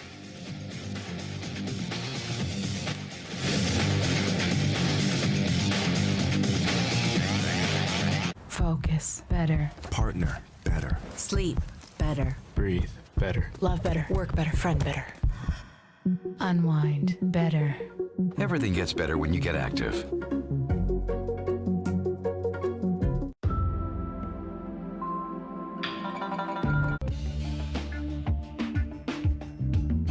Local, live, and interactive. This is Rogers Television.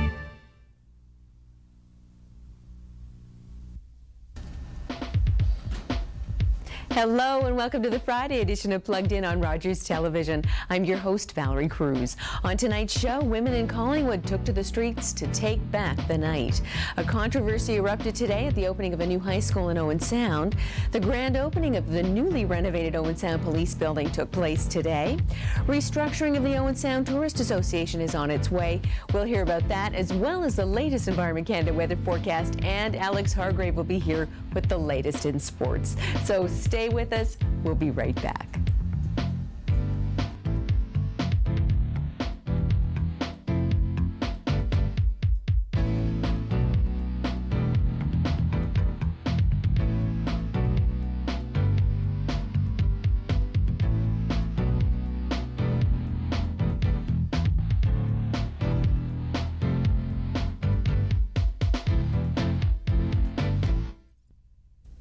Tom Smith Chevrolet Oldsmobile is proud to sponsor Plugged In. At Tom Smith Chevrolet Oldsmobile, we want you to have the best, whether you're kicking tires, taking a test drive, or choosing the right payment options. Our customers are our #1 priority. Our commitment is to you. Our knowledgeable sales staff can guide you. Come in and see why life is better in the country. Tom Smith Country, King Street, Midland. Call 526-0193.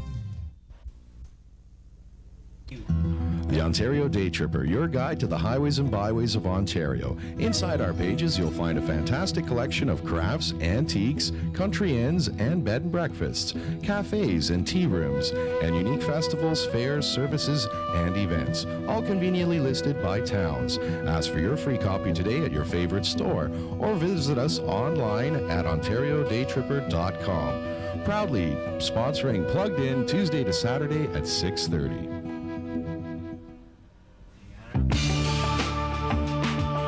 Covering the places where anything can happen. This is Rogers Television.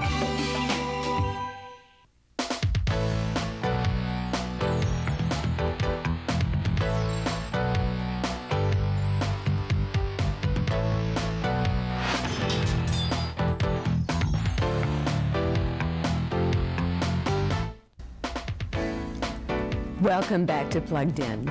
Over 100 women in Collingwood joined women around the world last night in an effort to take back the night. Our own Galera Safarian was there, and she files this report. What do we want? That's right! Women unite! Take back the night! What do we want? Freedom! When do we want it? Now! It's a cry for help. Every year, thousands of women around the world march in the streets at night with the hope of someday taking back the night and putting an end to violence. Last night, Collingwood held its annual march. Alison Fitzgerald, director of My Friend's House, a women's shelter that helped organize this year's event, was more than pleased with the turnout. This is an incredible turnout, and there's a lot of people that I don't even recognize their faces, so that's a good sign for us that the community is really getting behind us. One of the speakers that helped motivate an already energetic crowd was Mary Hart. I believe that the symbolism of women walking together is very important. Women walking together and not being afraid is very important. And women walking loudly. You know, they don't like us to be loud. You know, in this culture, it's not acceptable for us to be loud. And usually, in our protests and our challenges and our experiences, we work at it really quietly.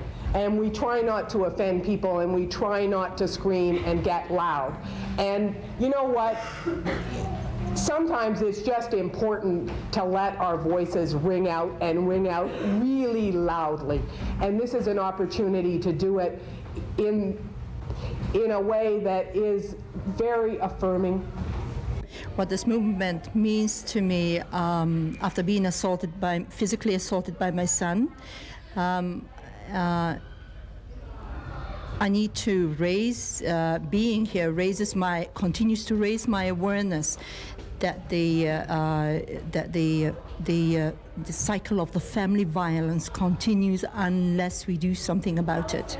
So I was able to get out of a 20-year situation, but because there was no therapy, no counseling, nothing of that sort, children learn what they see.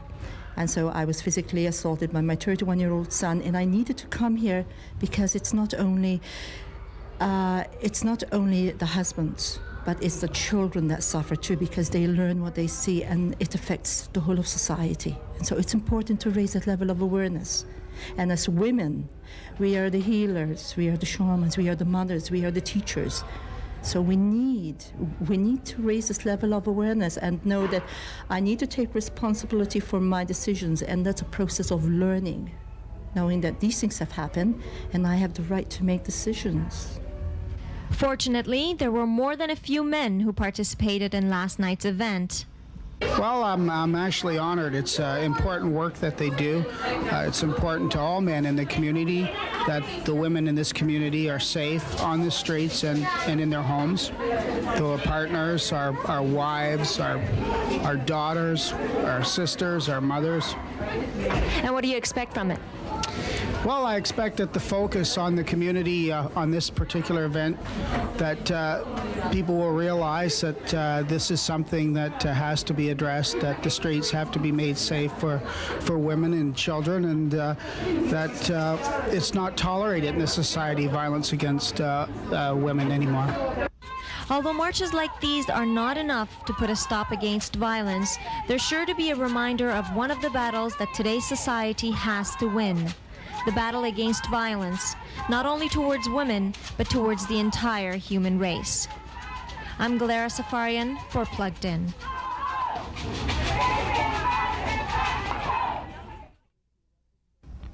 Thanks, Galera. Controversy erupted today at the opening of the new OSCVI. Conservative MPP Bill Murdoch was invited to attend the ribbon-cutting ceremony today, but as we find out in this report, he did not stay long. Mark Perry brings us the story. When local MPP Bill Murdoch, representing the provincial Conservative government, arrived at OSCVI today for the ribbon-cutting ceremony, he found Ruth Lovell Liberal signs hanging in the front windows of the school, which upset him. Inside the school, we're inside in one room on the windows, like facing the parking lot. Young Liberals. I don't believe it's young Liberals. I mean, who knows? I can't say. But again, the principal, it's her school. And they were asked to take them down before I got there, and they wouldn't do it. It wasn't done until after I got there. So, I mean, that even makes it even worse. So you turned around and walked away? Well, I told the principal what I thought of her school and what she could do with it. Murdoch was invited by the board to attend the ribbon-cutting ceremony. He also went to the OSCVI, and he also helped get a lot of the money to help build the school from the provincial government. So he was very upset when he arrived there to see the Liberal signs hanging. Suggestion is that schools that I worked hard to get shouldn't be in the political realm. I mean, this is politics right inside the school, which is owned by everybody in the province, and I don't think that kind of thing should go on in the school. So you told the principal what? Well, I told the principal that I didn't think the people in her school were very well trained, you might say. I didn't say trained, but and the words I used I wouldn't want to use on TV right now, but I made it quite clear to her that I was upset that this would happen at a school opening, and she's responsible for it, and I left. And I haven't said anything about this until now, but I will now at the old OSCVI. And when we put on the last event there, a bunch of us worked pretty hard to make money for this new school. The teacher's room there, the school was full of opposition signs, and we knew quite well, we'd been told that, but we didn't know for sure until the proof was there, and we have pictures of it, that they were collecting all the signs for the opposition, and they were giving them out from there. And that was right in our old school, but I thought I could let that go because the school's going and being torn down. Let's forget about it. Election's over, and then you go to the new school. And especially after I think I worked hard to get the money for the new school, and I went to school, and I was employed at that school. For that to happen, I think somebody should lose their job over it. Be it the principal, be it whoever put them up. I mean, it's the principal's job, so I guess it'll be up to her to find out who it was and discipline them, and the board will have to take action, whatever. Murdoch thinks that the new OSCVI is a great facility and the new regional auditorium is magnificent, but as for now, he will not be re-entering the school. So the opening of the new OSCVI ribbon-cutting ceremony has left a bitter taste in some people's mouths. In Owen Sound, Mark Perry for Plugged In. Thanks, Mark. The Owen Sound Police Building has undergone some major renovations over the past few months, and earlier today, the grand opening of the updated facility took place. Mark Perry was there, and he files this report. Therefore, on behalf of the Owen Sound Police Services Board, I'd like to take the opportunity to cut this ribbon.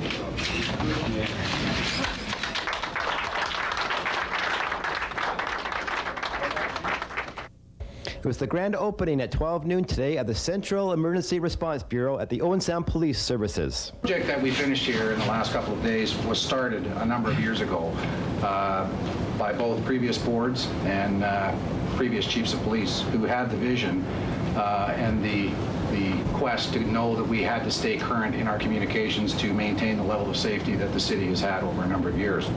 So today's opening of this Central Emergency Response Bureau is really the response by those people a number of years ago that brought this to fruition today. Real pleasure to be here today to unveil this new dispatch system that we have for our communities. And it's not only our community, it's a number of communities surrounding us that we do dispatch for. I think the number of people in here that are associated with policing realize that the dispatch is the start of the security of our community and the protection of our community. That phone call, that first phone call, is what gets everything started and puts our process in place. We look back at the purchase of this building, which was, I think, valued at $1.3 million.